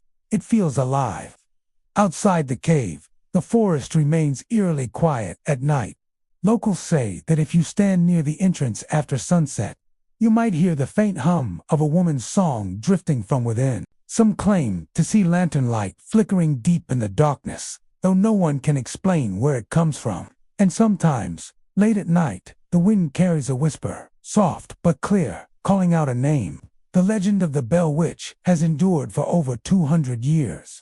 Woven into Tennessee's folklore as one of the most chilling hauntings in America, the cave still stands, silent and brooding, beneath the canopy of the Red River woods. Whether the witch is a vengeful spirit, a manifestation of guilt, or something older and darker, one thing is certain: those who visit never forget the feeling of being watched from the shadows. In the heart of the Cumberland Mountains, surrounded by thick woods and rugged ridges, stands one of Tennessee's most infamous landmarks, Brushy Mountain State Penitentiary. Built in 1896, the prison was meant to hold the state's most dangerous criminals, men who had nowhere else to go and nothing left to lose. Over the decades, it became a place of despair, violence, and endless suffering. Its gray stone walls seem to drink in the sorrow of those who once walked its halls. And even now, years after its closure, the air still hums with a sense of unease.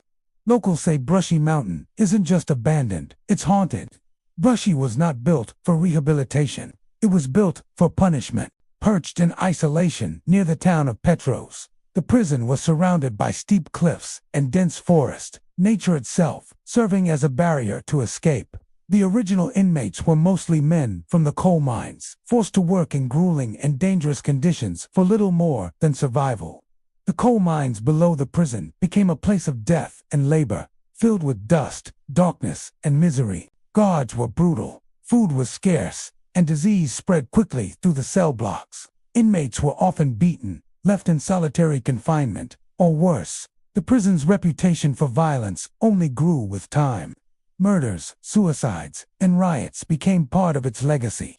Many prisoners met their end within those walls, their deaths recorded quietly, or sometimes not at all. When the lights went out at night, the screams didn't stop. Some say the cries of those lost souls still echo through the corridors, trapped in an endless cycle of pain.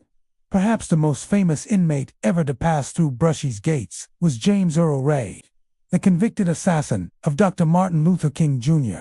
After his conviction, Ray was sent to Brushy in 1970. The story goes that he was despised by both guards and prisoners alike. In 1977, Ray managed a daring escape, slipping away with 6 other inmates by cutting through the bars of his cell and crawling through a drainpipe. But the mountains that had once trapped so many others caught up with him too. He was found just a few miles from the prison after only 55 hours on the run. Some say the forest itself seemed to push him back toward Brushy, as if the land wouldn't let him go. After that, Brushy's legend only deepened. By the time the prison closed in 2009, it had earned the nickname the end of the line. For many inmates, it truly was. There was no escaping the isolation, the brutality, or the darkness that hung over the place. Today, it stands as a relic, the cells still lined with rusted bars, the guard towers watching silently over empty yards, and the mountains looming like sentinels. Yet visitors who come to explore its decaying halls report that the prison is far from empty. Tour guides, paranormal investigators, and thrill seekers have all reported eerie experiences inside Brushy. Shadows move where no light should be. The sound of heavy boots echoes down the hallways, as though unseen guards still patrol the tiers. Some have heard cell doors slam shut when no one else is around. Others describe hearing whispered voices, soft, indistinct, but always near, as if the spirits of former inmates still linger, desperate to be heard. One of the most chilling reports comes from the solitary confinement area known as the Hole. These cells were tiny, cold, and completely dark, designed to break even the hardest prisoners. Those who visit the Hole today often describe an overwhelming sense of dread as soon as they step inside. Some say the temperature drops dramatically, and others claim to feel hands brush against their arms in the darkness. Paranormal teams have recorded strange electromagnetic readings there, as well as disembodied voices captured on tape, saying words like leave, help, or simply mine. In the old cafeteria, visitors have heard the clatter of dishes, though the tables have long been empty. In the hospital wing, some have seen fleeting figures, pale shapes that vanish as soon as a flashlight hits them. One former guard who returned years after retirement swore he saw a man standing at the end of a corridor, dressed in an old inmate's uniform, staring silently before fading away. The guard left without finishing the tour and never came back. Even outside the prison walls, the strange energy persists. Locals who live near Petros claim to hear sirens at night, the kind that once blared during escape attempts, even though the power was cut off years ago. Others say they see lights flickering in the guard towers, moving slowly from one side to another, as if spectral sentinels still keep watch. Some hikers passing through the nearby woods have reported hearing faint singing or shouting carried by the wind, echoing from the direction of the prison. Skeptics argue that the noises are just a result of wind, shifting metal, or wildlife. But those who have spent time inside Brushy often say it feels different, as though the building itself remembers everything that happened there. Every stone, every door, every cell holds a story of pain, of desperation, of the human soul tested beyond its limits. Today, Brushy Mountain State Penitentiary has been partially reopened as a museum and tourist attraction. Visitors can walk through the cell blocks, step inside the Hole, and even dine at the small restaurant built near the entrance. Yet, even with the bright lights and tour groups, the haunting atmosphere never truly fades. Many who visit say that, beneath the laughter and curiosity, there's always a feeling that someone unseen is still watching. Perhaps it's the echoes of those who never left, men whose lives ended behind the walls. their spirits bound to the place by guilt, rage, or sorrow. Or perhaps it's something deeper, something born from the collective suffering of thousands of souls. The air at Brushy Mountain seems heavy with memory, as though time itself refuses to move on. Hidden in the quiet hills of Adams, Tennessee, lies a place steeped in mystery and fear, the Bell Witch Cave. Its mouth gapes from the side of a wooded hill, like a wound in the earth, dark and unwelcoming, a place where the air feels unnaturally still. Locals know the legend well, a story that stretches back more than 2 centuries, a tale of curses, spirits, and a family terrorized by something far beyond explanation. To this day, the Bell Witch Cave stands as a chilling reminder of the strange and terrifying events that once unfolded on the Bell family farm. The story begins in the early 1800s, when John Bell, a respected farmer, moved his family to the Red River settlement, now known as Adams. The Bells lived peacefully for years, working their land and raising their children. But sometime around 1817, things began to change. It started with strange noises in the woods surrounding their property, faint whispers, knocking sounds, and the echo of footsteps where no one walked.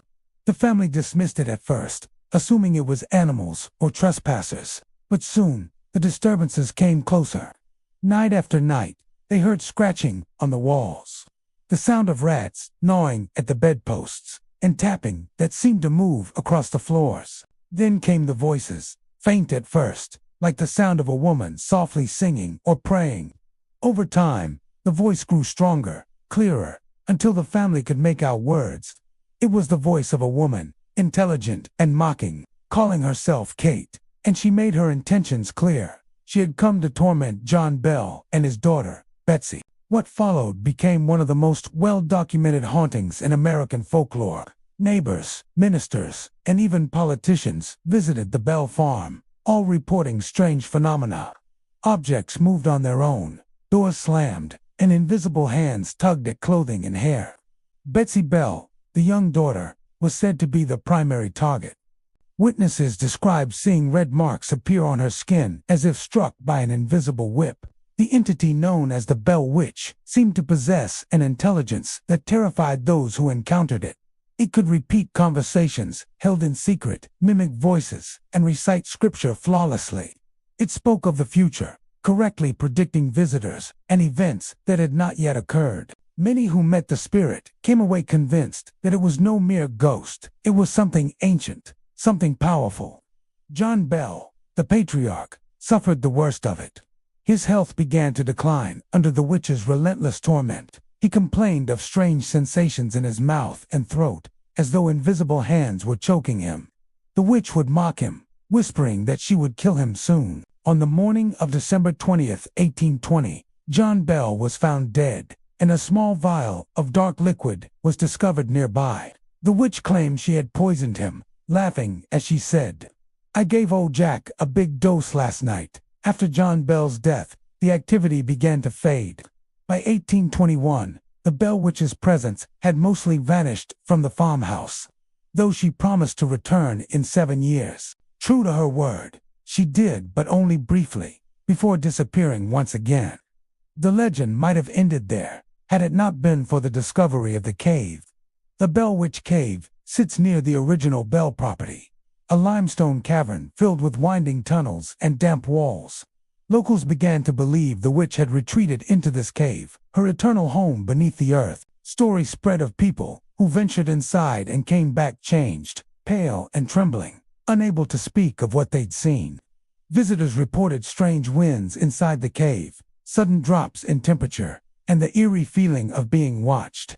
Some claimed to hear whispers echoing off the stone, while others said they felt invisible hands tugging at their hair or clothes. One of the most chilling tales involves a group of children who explored the cave in the early 19th century. According to legend, one boy crawled into a narrow passage and became stuck. His friends panicked, but before they could help, a voice calm and firm told them not to worry. Moments later, the boy felt unseen hands grab his ankles and gently pull him free. When he turned around, no one was there. The children fled the cave and swore they heard laughter following them out. Over the decades, countless visitors, paranormal investigators, and thrill seekers have come to the Bell Witch Cave, each hoping for a glimpse of the supernatural. Some leave convinced that the cave is alive with energy, a vortex between the living and the dead. Others leave shaken, vowing never to return. Those who have spent time inside at night often describe the same sensations: the flicker of movement in the darkness, the whisper of breath against their neck, and the unmistakable feeling that something unseen is standing just behind them. Modern-day caretakers of the property tell their own stories of lights turning on and off, of footsteps echoing through empty tunnels, and of disembodied voices calling their names. Many who enter report the faint scent of burning candles or the sound of water dripping in rhythm, as though marking the passage of time. Some claim to have captured strange orbs and shadow figures in photographs, while others speak of hearing a woman's laughter, carried faintly on the wind, outside the cave. Skeptics have tried to explain the legend, suggesting mass hysteria, superstition, or the effects of the cave's acoustics and humidity. But those explanations fail to account for the sheer consistency of the reports. Generation after generation tells the same stories, their details unchanging. The Bell Witch, it seems, refuses to be forgotten. Today, the Bell Witch Cave is open for tours, though even in daylight it exudes a sense of dread. Visitors can walk the same narrow paths, touch the cold stone walls, and feel the heavy silence that seems to pulse through the air. For some, it's just a legend, a tale passed down through Tennessee folklore. But for others, especially those who've heard the whispers or felt the brush of unseen hands, it's something far more real. Standing like a Gothic monument to Tennessee's dark past, the Tennessee State Prison looms over the outskirts of Nashville. Its crumbling limestone walls and barred windows radiating an aura of dread and sorrow. Though it has been closed for decades, the prison remains a chilling reminder of cruelty, confinement, and countless broken lives. Visitors who dare to walk its grounds describe it as a place where time stands still, where the whispers of the condemned echo endlessly through cold, empty corridors. Built in 1898, the Tennessee State Prison was designed to resemble a fortress, with towering spires and arched gateways. At first glance, it almost looked like a castle, but inside, it was a nightmare. The prison was notorious for overcrowding, brutal punishments, and the inescapable presence of death. Inmates worked under grueling conditions, digging, quarrying, and toiling in the sweltering Tennessee heat. The facility's motto was grimly clear: hard labor, hard time. For many who entered, there was no redemption, only suffering. Over the years, hundreds of inmates perished within the prison's walls. Some died from disease, others from violence, and many from their own despair. The electric chair, nicknamed Old Sparky, claimed its share of lives as well. The room where executions took place, becoming one of the most feared spots on the grounds.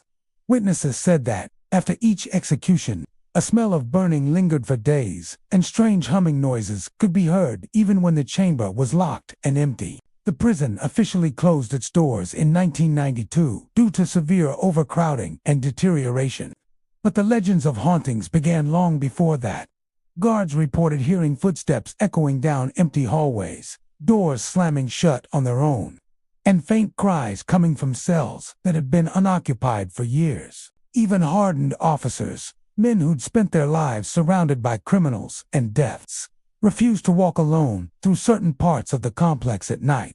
One of the most infamous spots is Death Row, a narrow corridor lined with small, suffocating cells where the condemned awaited execution. After the prison closed, those who have explored the corridor report hearing the sound of chains dragging and muffled voices whispering through the walls. Some claim to have heard a man sobbing quietly from within one of the sealed cells, though the doors are rusted shut and impossible to open. Others say the air grows colder the deeper one walks, the silence pressing down like a weight. Another haunted area is the old chapel.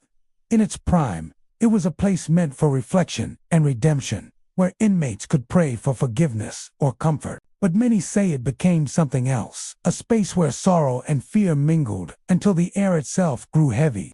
Visitors today often describe a feeling of being watched while standing in the chapel. Some have reported seeing faint figures seated in the pews. Prisoners, perhaps, listening to a sermon long after their deaths. Others have heard faint music drifting from nowhere, as if a choir of lost souls were still singing their hymns to an indifferent heaven. The prison yard tells its own story. Beneath the cracked concrete and weeds lie unmarked graves. Inmates buried without ceremony, their names forgotten. On quiet nights, visitors say they hear faint murmurs rising from the ground, as though the dead are still trying to speak. Even the birds seem to avoid the yard, flying overhead but never landing. Paranormal investigators have captured strange readings there. Sudden temperature drops, disembodied voices caught on recorders, and orbs of light moving across the darkness. Filmmakers and explorers who have entered the prison in recent years speak of the same eerie sensations. The structure, though decaying, still feels alive. The iron doors groan as if in protest, and the wind whips through broken windows with a sound eerily like whispering. Some who visit claim that shadows move of their own accord, darting just beyond the range of flashlights. One crew member, who filmed inside for a documentary, later reported waking in the night to find deep scratches on his arms, marks that hadn't he been there before. He swore he heard a voice whisper, "Don't forget me," though he was alone in his room. Even more unsettling are the reports from former inmates who've returned years later. Some came seeking closure, others curiosity. One man, who served a sentence in the 1970s, described standing in front of his old cell and feeling his chest tighten as if invisible hands were pressing against him. Another claimed that as he walked through the corridor, he could still hear the clang of the cell doors closing and the faint echo of a guard's voice calling roll, the same sounds that once marked the beginning and end of each day. There are also stories of a spectral figure roaming the upper levels of the prison, a tall man in a tattered uniform, his face obscured by shadow. Those who've seen him say he appears briefly, standing motionless, before vanishing into the darkness. Some believe he was a former warden who died on sight, still watching over his domain. Others think he's a condemned soul who never left. Whatever he is, his presence is often accompanied by the smell of smoke and the faint flicker of light, as though an unseen fire burns somewhere deep within the walls.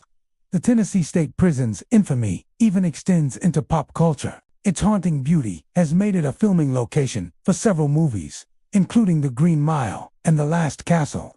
But even Hollywood crews have admitted to feeling unnerved while working there. Equipment malfunctions, strange noises, and sudden cold drafts plagued the sets.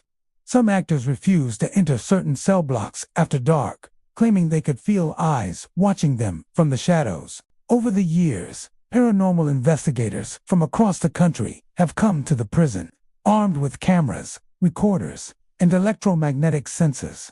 Many leave with inexplicable evidence, whispers caught on tape, strange orbs of light, or photographs showing faint human shapes where none should be. One group claimed to have recorded a voice saying, "Still here," in a deep, gravelly tone near the execution chamber. Another captured what sounded like the slow creak of a chair and the faint hum of electricity, even though Old Sparky has been silent for decades. Today, the Tennessee State Prison stands abandoned and closed to the public, though it remains one of Nashville's most haunted sites. Its walls are covered in vines, its roof is crumbling, yet the energy inside refuses to fade. Those who pass by on quiet nights sometimes swear they see lights flickering behind the barred windows, or hear the distant clang of metal doors. Tucked away in the small town of Huntsville, Tennessee, the Scott County Jail stands as a relic of early 20th century justice, and of something far darker that lingers long after the doors closed. Built in 1904, the two-story brick structure once housed some of the most dangerous criminals in the region, from moonshiners and outlaws to murderers and thieves. Its cold stone walls confined generations of men who had nowhere else to go but down. Though time has turned the jail into a historical landmark, locals whisper that it remains anything but silent. Many believe the spirits of former inmates never left, their restless souls still pacing behind rusted bars, unwilling or unable to move on. For decades, the Scott County Jail was a place of fear, The cells were small and suffocating, lined with iron bars that seemed to absorb despair. The air was perpetually damp, and the only light came from narrow slits of windows high on the walls. Inmates slept on thin cots bolted to the floor, their nights filled with the sounds of dripping water, creaking metal, and distant screams echoing through the corridors. Punishment was swift and often brutal. Stories spread of prisoners being chained in isolation cells for weeks, left to the darkness and their own torment.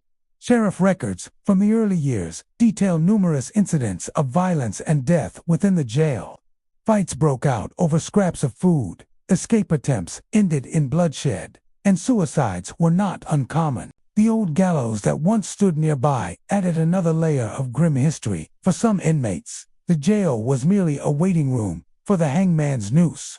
As the decades passed, the jail continued to operate through wars, depressions, and social change, its population swelling beyond capacity.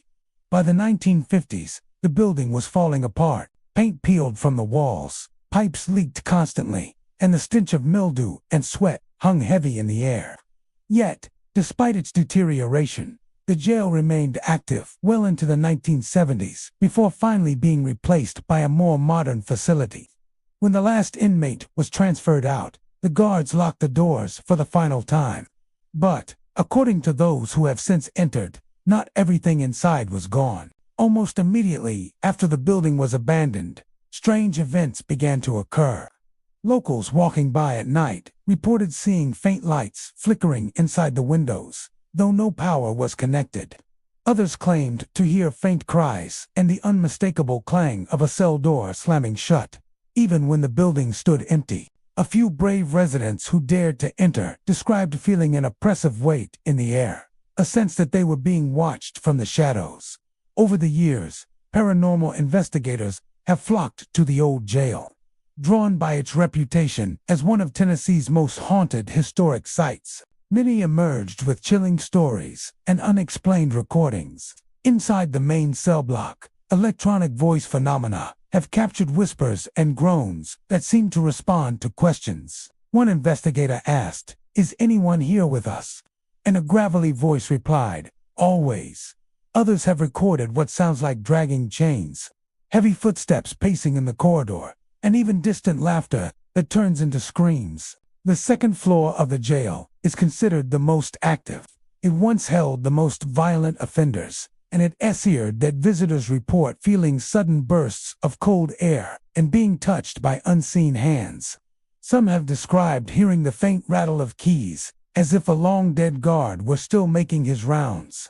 In one cell, a dark stain on the floor refuses to fade, no matter how many times it's scrubbed. Legend says it marks the spot where an inmate took his own life, and his spirit is said to remain trapped, his shadow sometimes appearing against the walls in flashes of dim light. Even more chilling are the reports from those who visit the old solitary confinement cell in the basement. Known among officers as the pit, it was little more than a concrete box, barely big enough for a man to stand. Inmates placed there were left in complete darkness for days, sometimes weeks, as punishment. Today, when people step inside, the temperature drops drastically, and the silence feels almost alive. Many emerge pale and trembling, claiming they heard faint breathing beside them or felt a hand graze their shoulder. Some even report hearing the desperate pleas of a man begging to be released, only to realize no one else is there. Former jail employees have their own unsettling memories. One retired deputy recalled his final night shift in the building. As he prepared to lock up, he heard a voice calling his name from one of the empty cells. Thinking it was a prank, he went to check, but found the door still locked and no one inside.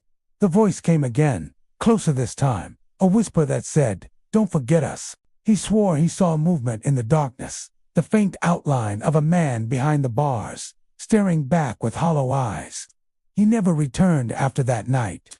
Another local, a historian documenting the jail's past, reported that while photographing the upstairs cell block, his camera repeatedly malfunctioned. When he finally reviewed his photos, one image stood out, a hazy figure standing near the end of the hallway, its features blurred but distinctly human. The man insists he was alone at the time. In the years since, The old Scott County Jail has been restored as a museum and historical site, welcoming tourists by day, but few dare to linger after sunset. Guides tell visitors that strange things often happen during evening tours. Doors creak open by themselves, objects move when no one is near, and soft moans echo through the halls. Some guests faint, others flee mid-tour, claiming they've seen a man's face staring out from a cell window or heard someone whisper their name. Many believe the hauntings are the result of the jail's violent and tragic history. Every brick, every iron bar, seems to have absorbed the energy of years of pain, rage, and regret. Psychics who have visited describe it as a place thick with sorrow, a location where time folds in on itself, trapping the echoes of the past.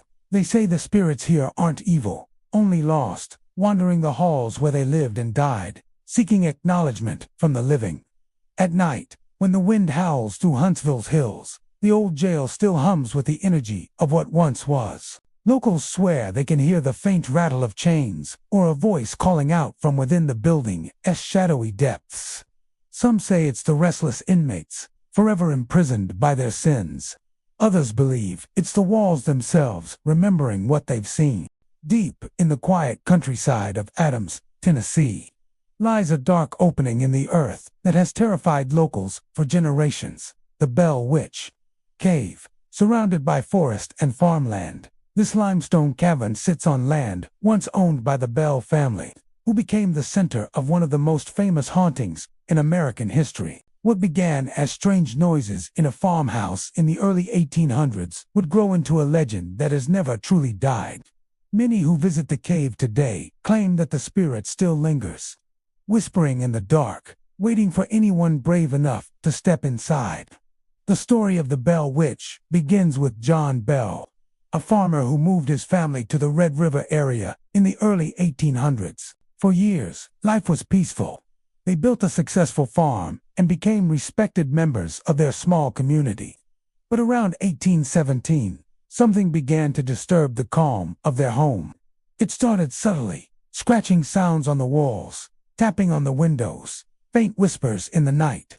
The family brushed it off at first, blaming animals or the wind. But soon the disturbances grew impossible to ignore. The noises became louder, more deliberate. Doors would slam on their own, blankets were yanked from beds, and heavy footsteps echoed through the halls. Then came the voice, a disembodied, mocking tone that called out to members of the family by name.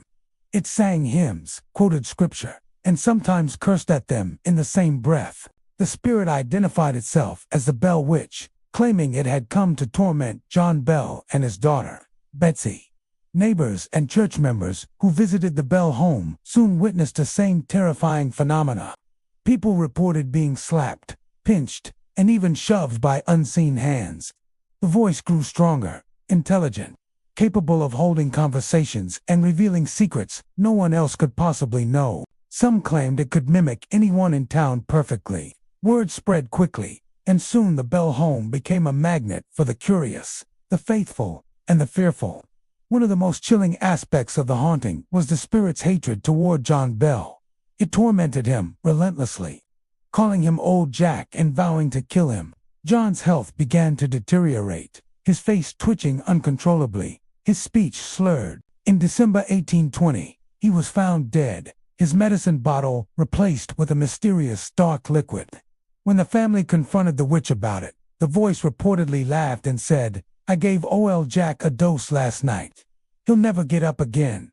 After John Bell's death, the disturbances quieted for a time, though Betsy continued to feel the spirit's presence.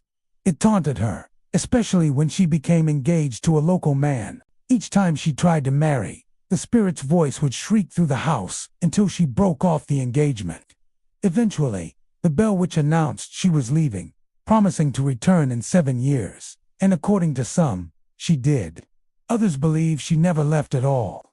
Not far from the old Bell homestead lies the cave that has become forever linked to the legend. Some say the witch retreated there when she was not haunting the family.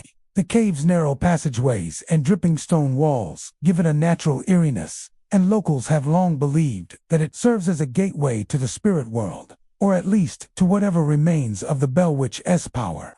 Over the years, countless visitors have entered the Bell Witch Cave hoping to experience something supernatural, and many claim they did. People report hearing faint whispers echoing from the dark, the sound of laughter that seems to move just ahead of them, or the rustling of unseen footsteps along the stone floor. Some have felt sudden gusts of cold air, or unseen fingers tugging at their hair and clothes. Cameras malfunction inside the cave, batteries drain inexplicably, and voices are sometimes caught on recordings where no one is visible. One of the most famous accounts involves a group of explorers who visited the cave in the mid-1900s. One young man jokingly challenged the witch to show herself. Moments later, his lantern went out, plunging the group into darkness. He cried out as something grabbed his arm and shoved him toward the cave wall. When light returned, his sleeve was torn, and a deep red mark had appeared on his skin, shaped like a hand. He fled the cave and swore never to return. Others tell of a young boy who once took a rock from the cave as a souvenir. Soon after, strange misfortunes followed his family: accidents, illnesses, and unexplained sounds in their home. When his mother learned of the stone, she insisted he return it. After placing it back at the cave's entrance and apologizing aloud to the witch, the disturbances stopped. The story has led to a local rule that visitors should never remove anything from the site, not even a pebble. Some locals believe the cave's haunting is a continuation of the original Bell Witch legend, that her spirit remains tied to the land she cursed centuries ago. Others think the energy there is something older, perhaps even ancient, a natural spiritual force that was merely awakened during the Bell family's ordeal. Whatever the truth, few deny the unsettling feeling that hangs in the air near the cave, especially at night. Visitors often describe the same eerie sensation as they approach the entrance. The world seems to go still. Birds fall silent, and the forest feels heavy, as if holding its breath. Inside, the air is cool and damp, the walls slick with moisture, and the only sound is the slow drip of water echoing in the dark. Those who venture deep enough say they sometimes hear faint murmurs, like a woman speaking from somewhere deep within the stone. Some swear they've heard her name, Kate, whispered in the shadows, the name that early witnesses once claimed belonged to the witch herself. Even skeptics admit the place feels different, as though time moves slower underground. The cave seems to breathe, expanding and contracting with the weight of the earth above it. Whether that's the imagination or something supernatural is impossible to say. But many leave the cave with a quiet sense of unease and the feeling that they were not truly alone. Today, the Bell Witch Cave remains one of Tennessee's most haunted attractions. Tourists come from all over the country to see the site, walk the dark corridors, and listen to the chilling stories of the Bell family and their mysterious tormentor. Some leave laughing, others pale and shaken. Yet nearly all agree that there is something about the cave that can be explained by mere folklore. In the western outskirts of Nashville, behind rusted gates and towering limestone walls, sits the Tennessee State Prison, a massive castle-like structure that looms like a monument to pain and punishment. Its Gothic turrets and arched windows give it the appearance of a fortress. But inside, the halls are filled with echoes of suffering. Built in 1898 and closed in 1992, the prison has long been shrouded in stories of violence, despair, and the restless spirits that refuse to leave its decaying corridors. When it first opened, the Tennessee State Prison was hailed as an architectural marvel. Its design was inspired by European castles, meant to intimidate inmates and symbolize the strength of the law. But beneath its grand facade, the conditions were brutal. The prison housed some of the state's most dangerous criminals, murderers, thieves, and the condemned. Each man was locked away in a cell barely big enough to stretch his arms. And by the early 20th century, overcrowding had turned the facility into a breeding ground for disease and violence. Life inside the prison was a daily struggle. Prisoners labored in chain gangs, quarrying stone under the sweltering Tennessee sun, or toiling in the prison's industrial workshops. Guards were known for their cruelty, and fights often broke out among inmates in the dimly lit cell blocks. Executions took place on the grounds as well, at first by hanging, and later by the electric chair. The hum of electricity and the smell of burning wires were said to fill the air on those grim mornings, followed by silence. Over the decades, countless men died behind those walls, some by their own hand, others at the hands of fellow inmates, and many by the slow decay of neglect. And it's said that not all of them left, even after the prison closed in 1992, due to overcrowding and poor conditions. The building's reputation only grew darker. Those who entered the abandoned halls began to speak of strange noises, ghostly figures, and an overwhelming sense of being watched. Visitors who have managed to enter the decaying structure, whether legally during filming or illegally through the gaps in the fence, describe an atmosphere unlike any other. The air feels heavy, as though soaked with memories of suffering. Peeling paint hangs from the walls like dead skin, and broken windows let in shafts of light that barely penetrate the gloom. Echoes bounce off the long corridors, and what begins as the creak of a door or the distant drip of water can easily turn into something more sinister. Some have heard voices, low, muffled conversations that stopped the moment they tried to listen closer. Others have heard the distinct sound of metal clanging, as if cell doors were being slammed shut somewhere deep within the building. Footsteps have been reported pacing the upper tiers, even when no one is there. On several occasions, visitors have seen shadowy figures moving through the cell blocks, only to vanish into thin air. One of the most common reports comes from those who stand in the old execution chamber.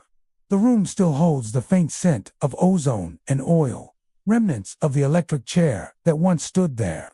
People who enter the chamber have described a sudden drop in temperature, their breaths visible in the air even during the heat of summer. Some claim to have felt a static charge on their skin, or a tingling sensation along their arms, as though the energy of those final moments still lingers. On rare occasions, a low buzzing sound has been heard in the silence, the ghostly echo of a long-gone current. The prison's solitary confinement cells, known as the Hole, are another hotspot for paranormal activity. These small, windowless rooms were reserved for punishment, and inmates were sometimes kept inside for weeks, losing their sanity in total darkness. Today, those who enter the Hole report feeling dizzy or disoriented. Some have described the sensation of hands brushing against their shoulders or the faint whisper of a voice right next to their ear. A few visitors have fled in terror after hearing what they swore was someone breathing just behind them, even though they were completely alone. Security guards who patrolled the grounds after the prison closed have their own stories. Some refuse to walk the upper tiers after dark, claiming to see figures standing at the ends of corridors, shapes that dissolve when approached. Others spoke of faint light flickering in the windows of the administration building late at night, though there was no electricity left running inside. One guard once reported seeing a man in a prison uniform staring at him from one of the cell windows, only to remember that every window had been sealed years ago. The eerie reputation of the Tennessee State Prison caught the attention of filmmakers and paranormal investigators alike. It has been featured in several movies, including The Green Mile and Walk the Line, where crews reported strange technical issues, cameras malfunctioning, lights flickering, and unexplained sounds recorded on audio equipment. During one late-night shoot, a sound technician claimed to hear footsteps moving directly behind him on the empty cell block, captured clearly on his microphone, even though no one was nearby. For paranormal researchers, the prison is a goldmine of activity. Electromagnetic field detectors spike without explanation, and cold spots move unpredictably through the halls. Spirit boxes have allegedly produced chilling responses, deep, gravelly voices answering questions or repeating names.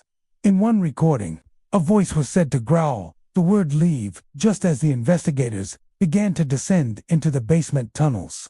But it's not just ghost hunters who feel the weight of the place.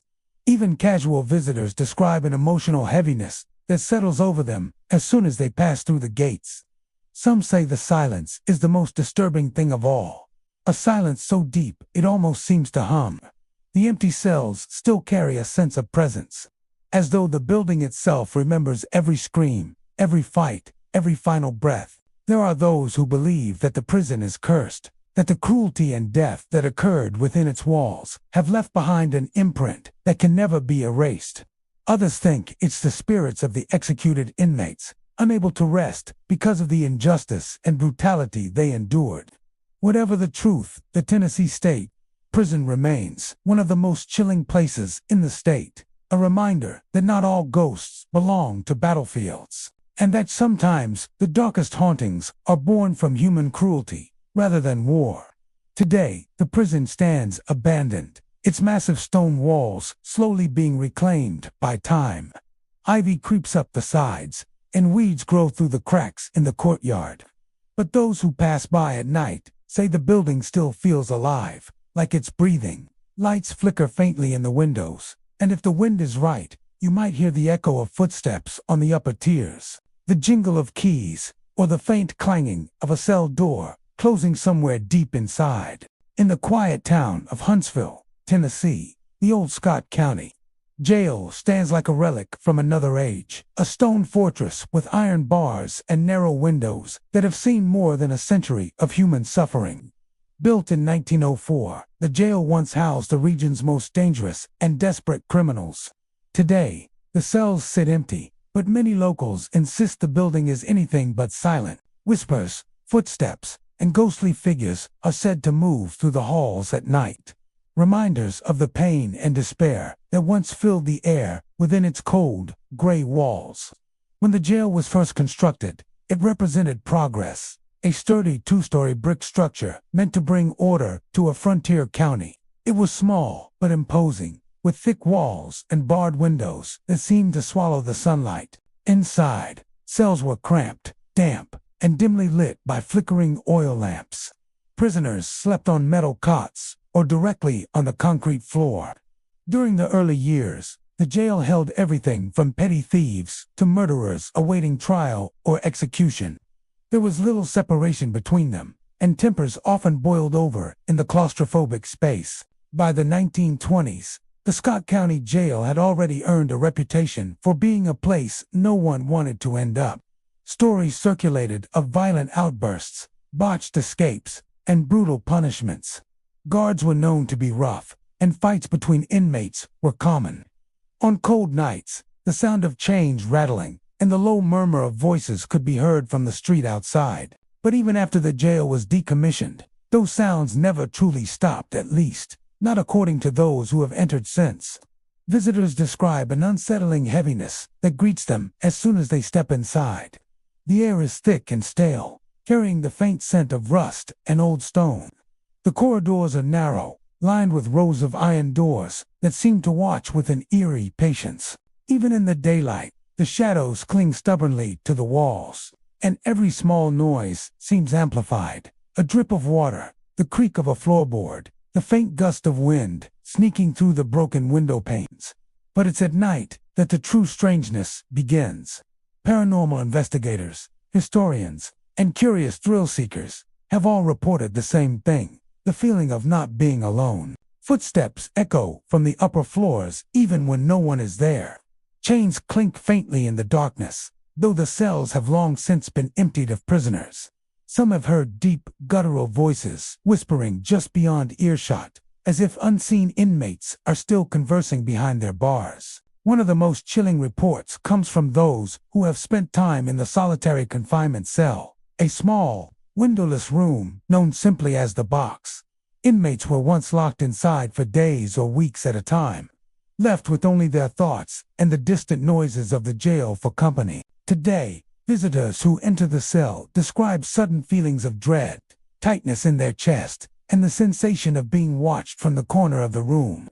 Some have felt icy fingers brush against their necks, or heard faint breathing that seems to circle them in the darkness. Several investigators claim to have captured electronic voice phenomena, disembodied voices recorded on audio equipment. When played back, they reveal chilling fragments of speech. "Let me out. I didn't do it," or simply, "cold." Whether these are tricks of acoustics or genuine echoes from the past remains a mystery. But those who hear them rarely forget the experience. One story, passed down among locals, tells of a prisoner who took his own life in one of the upper cells during the 1930s. He had been accused of murder, though he maintained his innocence until the end. Since then, many have reported seeing a shadowy figure pacing that very cell. Sometimes it appears as a full apparition, a tall man with sunken eyes, his features obscured by shadow. Other times, only the sound of heavy boots moving back and forth can be heard. When visitors approach the cell, the sound stops abruptly, replaced by an eerie silence that feels almost intentional. Another well-known legend speaks of a guard who died under mysterious circumstances. Some say he fell from the staircase while chasing an escaped inmate. Others believe it was no accident. Late at night, the sound of boots ascending, the steps can still be heard, only to stop halfway, exactly where the guard supposedly fell. A few who have explored the jail after dark claim to have seen a faint light near the staircase, as if someone were holding a lantern that no longer exists. Even the outside of the jail carries an aura of unease. On quiet evenings, passers-by have reported seeing figures in the windows, shapes that seem to move from cell to cell, even though the building has been locked for years. A former maintenance worker claimed he once saw a man staring down at him from the second floor, dressed in old-fashioned prison garb. When he went inside to investigate, the building was empty, and all the doors were still chained shut from the outside. The Scott County Jail has since become a destination for paranormal enthusiasts who travel from across the region to experience its haunted reputation. Many leave with stories of their own. The sound of keys jingling, doors slamming without warning, or the sensation of cold hands brushing against their skin. Some report a deep sadness that settles over them, as though the very walls remember the pain and anger of the men who once lived and died within them. Locals who have grown up around the jail have learned to avoid it after dark. Some say that on particularly quiet nights, you can hear faint crying from the inside, or the echo of a metal cup striking against bars. Others believe that the spirits trapped inside are not angry, but lost men who never found peace in life and now linger in the place where their stories ended. Whether one believes in ghosts or not, there's no denying the presence of something within the old Scott County Jail. The building itself feels alive, breathing through its cracks and creaking timbers. Every sound carries weight. Every shadow seems to shift with purpose. It stands as a monument to the darker side of justice, a reminder of what happens when punishment becomes a prison for the soul. Nestled deep in the woods, near Adams, Tennessee, the Bell Witch Cave has long been a source of fascination and fear. Known as the site where one of America's most infamous hauntings unfolded. The cave sits quietly at the edge of a dense forest, surrounded by the rolling hills of Robertson County. Its unassuming entrance belies the terrifying stories that have persisted for more than 2 centuries. Tales of a malevolent spirit whose presence lingers in the shadows, waiting for those bold enough to enter. The legend of the Bell Witch begins in the early 19th century, when the Bell family settled on a farm near the Red River. John Bell, the patriarch, and his family were soon plagued by a series of strange and frightening occurrences. Doors slammed on their own, furniture moved without explanation, and eerie whispers filled the house at night. Most chilling of all, the attacks seemed focused on John Bell himself, with the spirit allegedly cursing him until his mysterious death. Locals called the entity the Bell Witch, a force both cunning and cruel, capable of manipulating the physical world and terrifying all who came near. The cave near the Bell farm quickly became linked to these supernatural events. Some claimed that it was the witch's lair, a hidden place where the entity could retreat from the outside world. Visitors over the years have described the cave as a narrow, twisting tunnel, dark and damp, with walls that close in and a ceiling low enough to force cautious movements. Even in daylight, the air within is heavy, carrying a chill that seems unnatural for the region. Many who enter report an oppressive sense of being watched, as if unseen eyes follow their every movement. Those brave enough to explore the Bell Witch Cave often speak of inexplicable noises, whispers that rise and fall in volume, footsteps echoing just beyond the reach of vision, and the occasional thump or scrape that seems to come from deep within the rock. Some have reported hearing their names called, or faint laughter that vanishes the moment they turn to look. Others have felt sudden cold drafts, like icy fingers brushing against their skin, even on warm summer days. Accounts of ghostly sightings are equally unsettling. Shadowy figures have been glimpsed at the far end of the cave, sometimes flickering in and out like candlelight. A few witnesses claim to have seen a woman in tattered clothing, with hollow eyes and a pale, almost translucent face, standing silently in the darkness. At times, she seems to move closer, only to vanish when approached. Others report seeing shapes that resemble animals, a black cat or a dog, darting across the walls, accompanied by a strange, lingering odor of sulfur or decay. Paranormal investigators and curious thrill-seekers alike have been drawn to the Bell Witch Cave for decades, each hoping to encounter the unexplained. Some use audio and video equipment, claiming to capture faint voices, sudden drops in temperature, or orbs of light that appear and disappear without explanation. One frequent visitor, a historian documenting local folklore, described entering the cave alone at dusk and hearing what he called a symphony of whispers, voices overlapping in tones of anger, sadness, and mockery.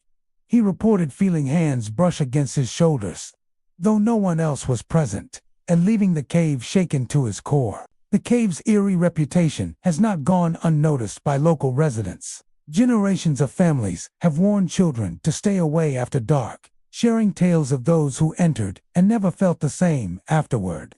Stories persist of travelers who camped near the cave and awoke to scratches on their tents or strange footprints around their campsite. Even those who dismiss the Bell Witch as legend admit that the cave has an unsettling energy, one that makes them hurry past its mouth rather than linger.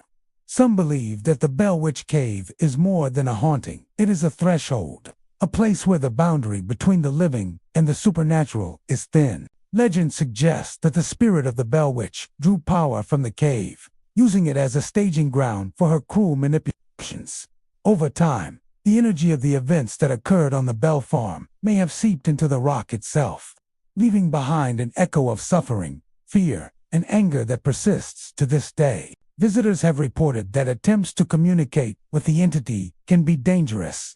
Those who call out, ask questions, or even speak disrespectfully sometimes experience sudden chills, slamming rocks, or the sound of footsteps racing toward them from the depths of the cave. Others claim that objects may move without warning, tripping them or causing them to drop cameras or flashlights. The phenomenon seems inconsistent yet deliberate, as if the spirit is testing boundaries and warning intruders that the cave is her domain. Despite these warnings, the Bell Witch Cave continues to attract adventurers and paranormal enthusiasts. Many come seeking proof of the legend, while others are drawn by the allure of the unexplained. Some leave with nothing but a story of an unnerving feeling, a faint whisper, or a shadow in the corner of their eye. Others depart shaken, convinced that they have encountered a presence far beyond the ordinary. Whether the Bell Witch is a spirit bound to the cave or a manifestation of the tragedies that befell the Bell family, her legend endures. The cave remains a silent sentinel, dark and foreboding, guarding the secrets of the past. Those who enter are confronted not only with the cold rock walls, but also with the weight of history, fear, and the unknown. Standing imposingly in Nashville, the Tennessee State Prison is a monument to both human ambition and tragedy. Built in the late 19th century, the massive stone structure was once hailed as a state-of-the-art facility designed to house inmates under strict supervision. Over the decades, however, it became infamous for its overcrowded cells, harsh conditions, and tales of violence. Today, the prison is abandoned, yet its crumbling walls and iron bars seem to hum with memories of the countless souls who lived, suffered, and died within its confines. Many believe that some of those spirits never left. Walking past the prison's towering walls, visitors often report a palpable sense of unease. The long corridors echo with sounds that seem almost alive, though no one is present. Footsteps, distant shouts, and the clanging of metal are commonly reported, even during daylight hours. Those who explore the property at night claim that the shadows seem to shift unnaturally, as though the prison itself is breathing, watching, and responding to their presence. Inside the prison, the cells are small and oppressive. Some visitors say that the air feels thicker here, heavier with a sense of despair that has lingered for decades. People report sudden cold spots that chill them to the bone, despite the heat of summer. Others experience the sensation of being touched, a hand on a shoulder, a tug on clothing, though no one else is in sight. Many feel an overwhelming sense of being watched, their every movement scrutinized by unseen eyes. One of the most commonly reported hauntings involves the prison's solitary confinement cells. These narrow, windowless rooms were once used to punish inmates for weeks at a time. Paranormal enthusiasts have described hearing whispers echoing from the walls, unintelligible voices speaking in anger or sorrow. Some have seen fleeting shadows dart across the tiny space, moving with a purpose that seems almost human. A few visitors have even reported hearing faint scratching, like fingernails raking against a stone, as if someone trapped is trying desperately to escape. Staff and former employees have also shared chilling accounts. Guards spoke of hearing footsteps trailing them through empty halls, doors opening and closing on their own, and distant screams that could not be explained. One veteran correction officer described walking down a corridor late at night and feeling a cold hand grip his wrist, leaving a lingering chill that lasted for hours. On multiple occasions, lights would flicker or fail entirely when no storms or electrical issues were present. In addition to the oppressive atmosphere, many visitors have reported visual phenomena. Shadowy figures, sometimes resembling the silhouettes of men in early 20th century prison uniforms, have been glimpsed moving along corridors. Some appear to linger in doorways, watching silently before disappearing when approached. Others have seen faces pressed against barred windows or reflected fleetingly in broken glass. A particularly eerie report describes a spectral figure sitting on a bunk, staring at an intruder, only to vanish when the person blinks. The prison's history only adds to its haunted reputation. Overcrowding and poor conditions contributed to numerous deaths, some from violence, others from illness. Executions and punishments left deep emotional scars on the inmates and the staff. Many believe that these traumatic events infuse the walls with residual energy, a form of spiritual echo that continues to manifest as paranormal activity. The collective suffering, anger, and despair are said to have imprinted themselves on the building, ensuring that the past is never truly buried. Investigators and thrill seekers have ventured into Tennessee State Prison armed with cameras, audio recorders, and EMF detectors, hoping to capture evidence of the supernatural. Others report sudden drops in temperature, equipment malfunctions, or strange lights appearing in the darkness. While skeptics argue that old buildings naturally produce echoes, drafts, and shadows, many of these occurrences are so consistent that even the most rational observers are left unsettled. A particularly chilling phenomenon is known as the inmate parade. Visitors have described hearing the rhythmic shuffle of footsteps moving in unison, as if a line of prisoners is marching past them.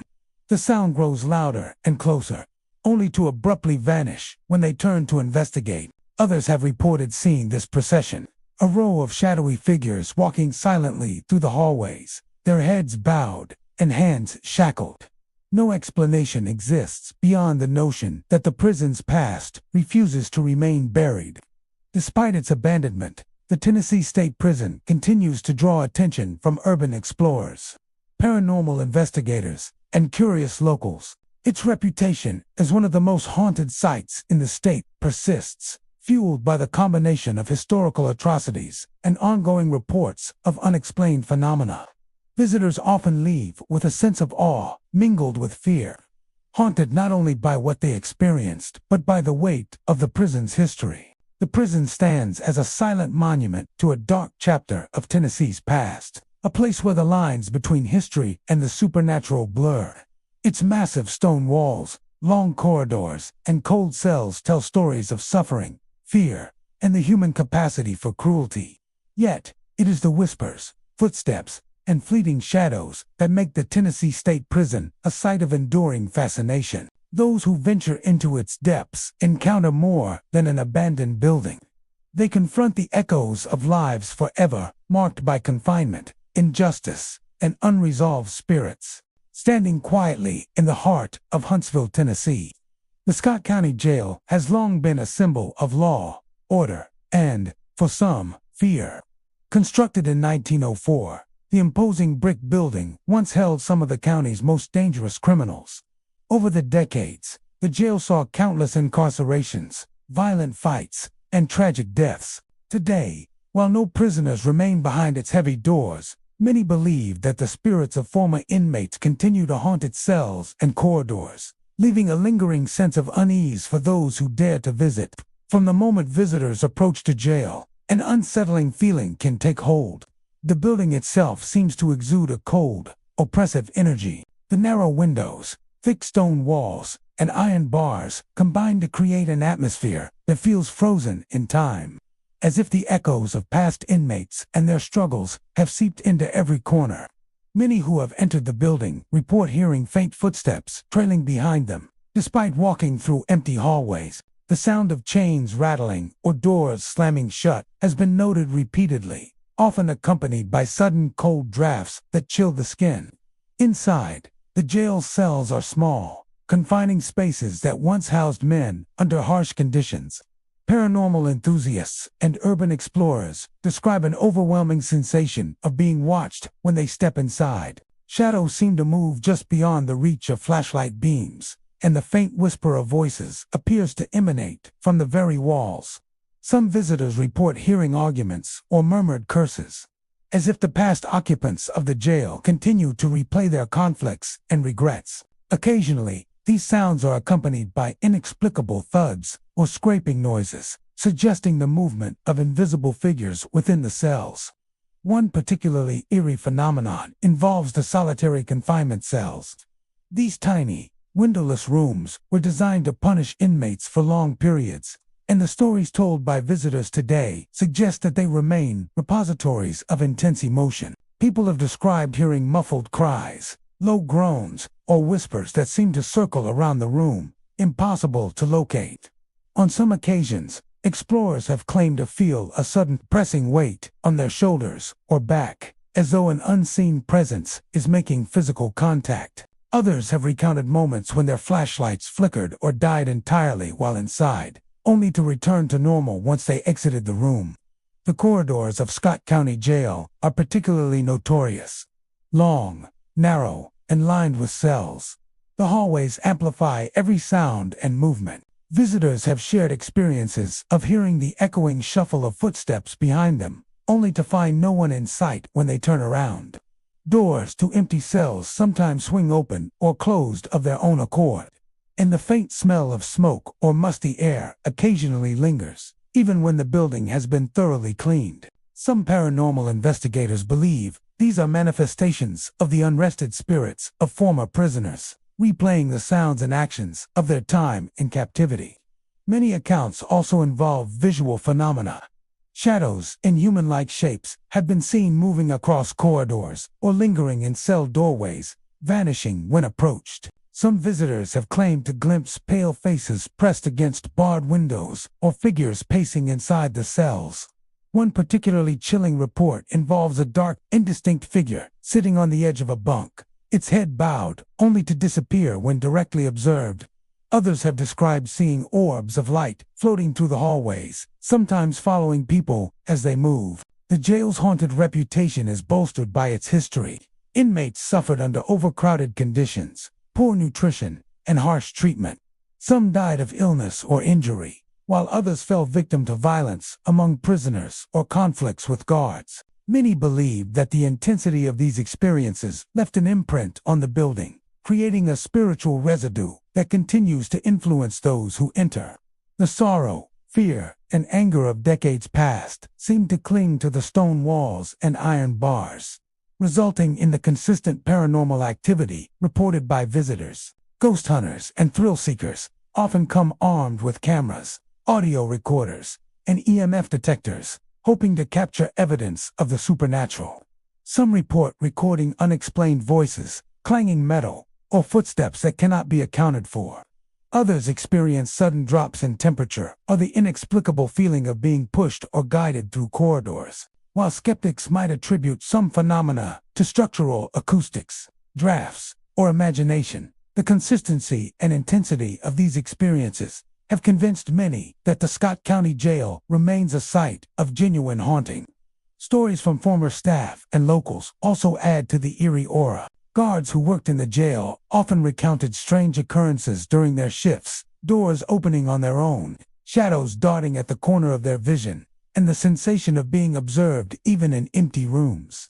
Some described hearing faint cries for help or arguments replaying in the hallways at night. Residents of Huntsville report that when they pass by the building after dark, it seems to emanate a heavy, foreboding presence, as if the energy of past inmates still clings to the structure. Even today, the Scott County Jail draws attention from paranormal enthusiasts and urban explorers. Its blend of historical significance, tragic events, and consistent reports of unexplained activity make it a focal point for those interested in the supernatural. Visitors often leave with a profound sense of unease, haunted not only by the sensations and sights they encountered, but by the knowledge of the suffering and despair that unfolded within its walls. Fort Henry Saddlefield, situated along the banks of the Tennessee River, stands today as both a historical landmark and a chilling reminder of the horrors of war. In February 1862, this Confederate fortification became the scene of a decisive Union victory. During the Civil War, the battle was swift but brutal, leaving behind a legacy of death, devastation, and, as some believe, lingering spirits. Visitors to the site often speak of an unsettling energy that pervades the landscape, a sense that the echoes of the past have never truly faded. The fort itself, though largely reduced to ruins, retains an air of solemnity. Earthworks, remnants of defensive walls, and scattered cannon emplacements hint at the intensity of the fighting that occurred here. Amid these relics, those who venture onto the battlefield have reported hearing faint and distant sounds of conflict. Muffled gunfire, the rattle of cannon shots, and low cries seem to emanate from the foggy riverbanks, as if the battle is replaying itself to anyone sensitive enough to perceive it. These sounds are often more pronounced at dusk or during overcast days, when the light casts long shadows across the terrain. Shadowy figures are another frequent report from visitors. Some claim to see soldiers in period uniforms moving silently among the fortifications, their forms fleeting and ghostly. One moment, a shape may be visible, crouching behind a wall or trudging along a path, only to vanish when approached. Others describe the sensation of being watched while walking the grounds, as if unseen eyes are tracking every step. Paranormal investigators have noted that these sightings are often accompanied by sudden drops in temperature, with cold spots appearing unpredictably, making the air feel unnaturally heavy and damp. The Tennessee River itself seems to amplify the battlefield's eerie atmosphere. On quiet days, some visitors report hearing faint splashes or distant shouting carried on the wind, sounds that cannot be explained by wildlife or passing boats. Others describe whispers that rise and fall with the river's current, voices that seem to call out in urgent, unidentifiable tones. It is as if the river, which once bore witness to the chaos of battle, now channels the memories of those who fell along its banks. Explorers of Fort Henry also report phantom footsteps echoing across the open ground, often matching their own pace or approaching from behind when no one is present. Some have recounted seeing objects shift inexplicably, twigs snapping, leaves rustling, or small stones tumbling as if disturbed by an invisible presence. Others have experienced a sudden, oppressive feeling, a heavy pressure on the chest that fades only when they leave the site. Many interpret these phenomena as the restless energy of soldiers who perished during the fort's siege, their spirits unable to move on from the place where they fell. Several legends have emerged surrounding the haunted nature of Fort Henry. One tells of a Confederate artillery unit whose members were trapped under a collapsed fortification. Witnesses claim that on stormy nights, phantom cannons can be heard firing from the riverbanks, accompanied by anguished cries for help. Another account involves spectral cavalrymen who appear in the early morning mist, moving along the pathways where cavalry charges once occurred. Some visitors report seeing these figures halt and stare, their ghostly eyes seeming to pierce the living before vanishing entirely. Paranormal investigators have visited Fort Henry in attempts to capture evidence of its haunting. Many have reported capturing unexplained orbs of light in photographs, electronic voice phenomena, EVP, containing fragmented words or cries, and cold spots that shift unpredictably across the battlefield. These investigators often note that the site's topography, the uneven earthworks, dense tree lines, and proximity to the river may contribute to the intensity of the paranormal activity. But the consistency of reports over decades suggests a lingering presence that defies rational explanation. Visitors have also recounted personal encounters that defy ordinary explanation. Some describe sudden touches or brushes against their clothing or hair, though no one is near them. Others report seeing full-bodied apparitions briefly materialize before disappearing into the fog. Even seasoned historians who come to study the battlefield have remarked on the unnerving feeling of being followed or observed while examining the ruins. The combination of historical tragedy and ongoing paranormal reports has cemented Fort Henry's reputation as a site where history and the supernatural intersect. Despite its eerie reputation, Fort Henry Satterfield remains open to the public, drawing historians, Civil War enthusiasts, and paranormal investigators alike. Guided tours often highlight the fort's strategic significance and the fierce fighting that occurred there. But many visitors leave with more than historical knowledge. The chilling atmosphere, coupled with repeated reports of ghostly activity, makes it clear that the battlefield carries the weight of its violent past. Fort Henry serves as a haunting reminder that the echoes of war do not vanish with the passage of time. The sounds of battle, the movements of spectral soldiers, and the inexplicable whispers in the wind all speak to the deep scars left by conflict. Whether one interprets these experiences as residual energy, spiritual presence, or a combination of both, the evidence is compelling. The battlefield is far from empty. Those who tread its grounds are often left with a profound sense of awe and unease, aware that the lives lost here continue to resonate centuries after the guns fell silent. As our journey through Tennessee's haunted battlefields comes to an end, we are reminded of the deep scars left behind by war not only on the land but on the souls who walked it. From Shiloh to Fort Henry, these hallowed grounds hold echoes of courage, tragedy, and lingering spirits that refuse to rest. Whether you are a history enthusiast, a paranormal investigator, or a curious traveler, stepping onto these battlefields is to step into a space where the past whispers and the unseen watches.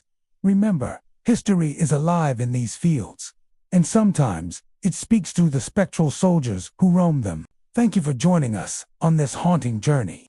Keep your lanterns lit, your ears open, and your hearts brave, because in Tennessee, the dead are never truly gone.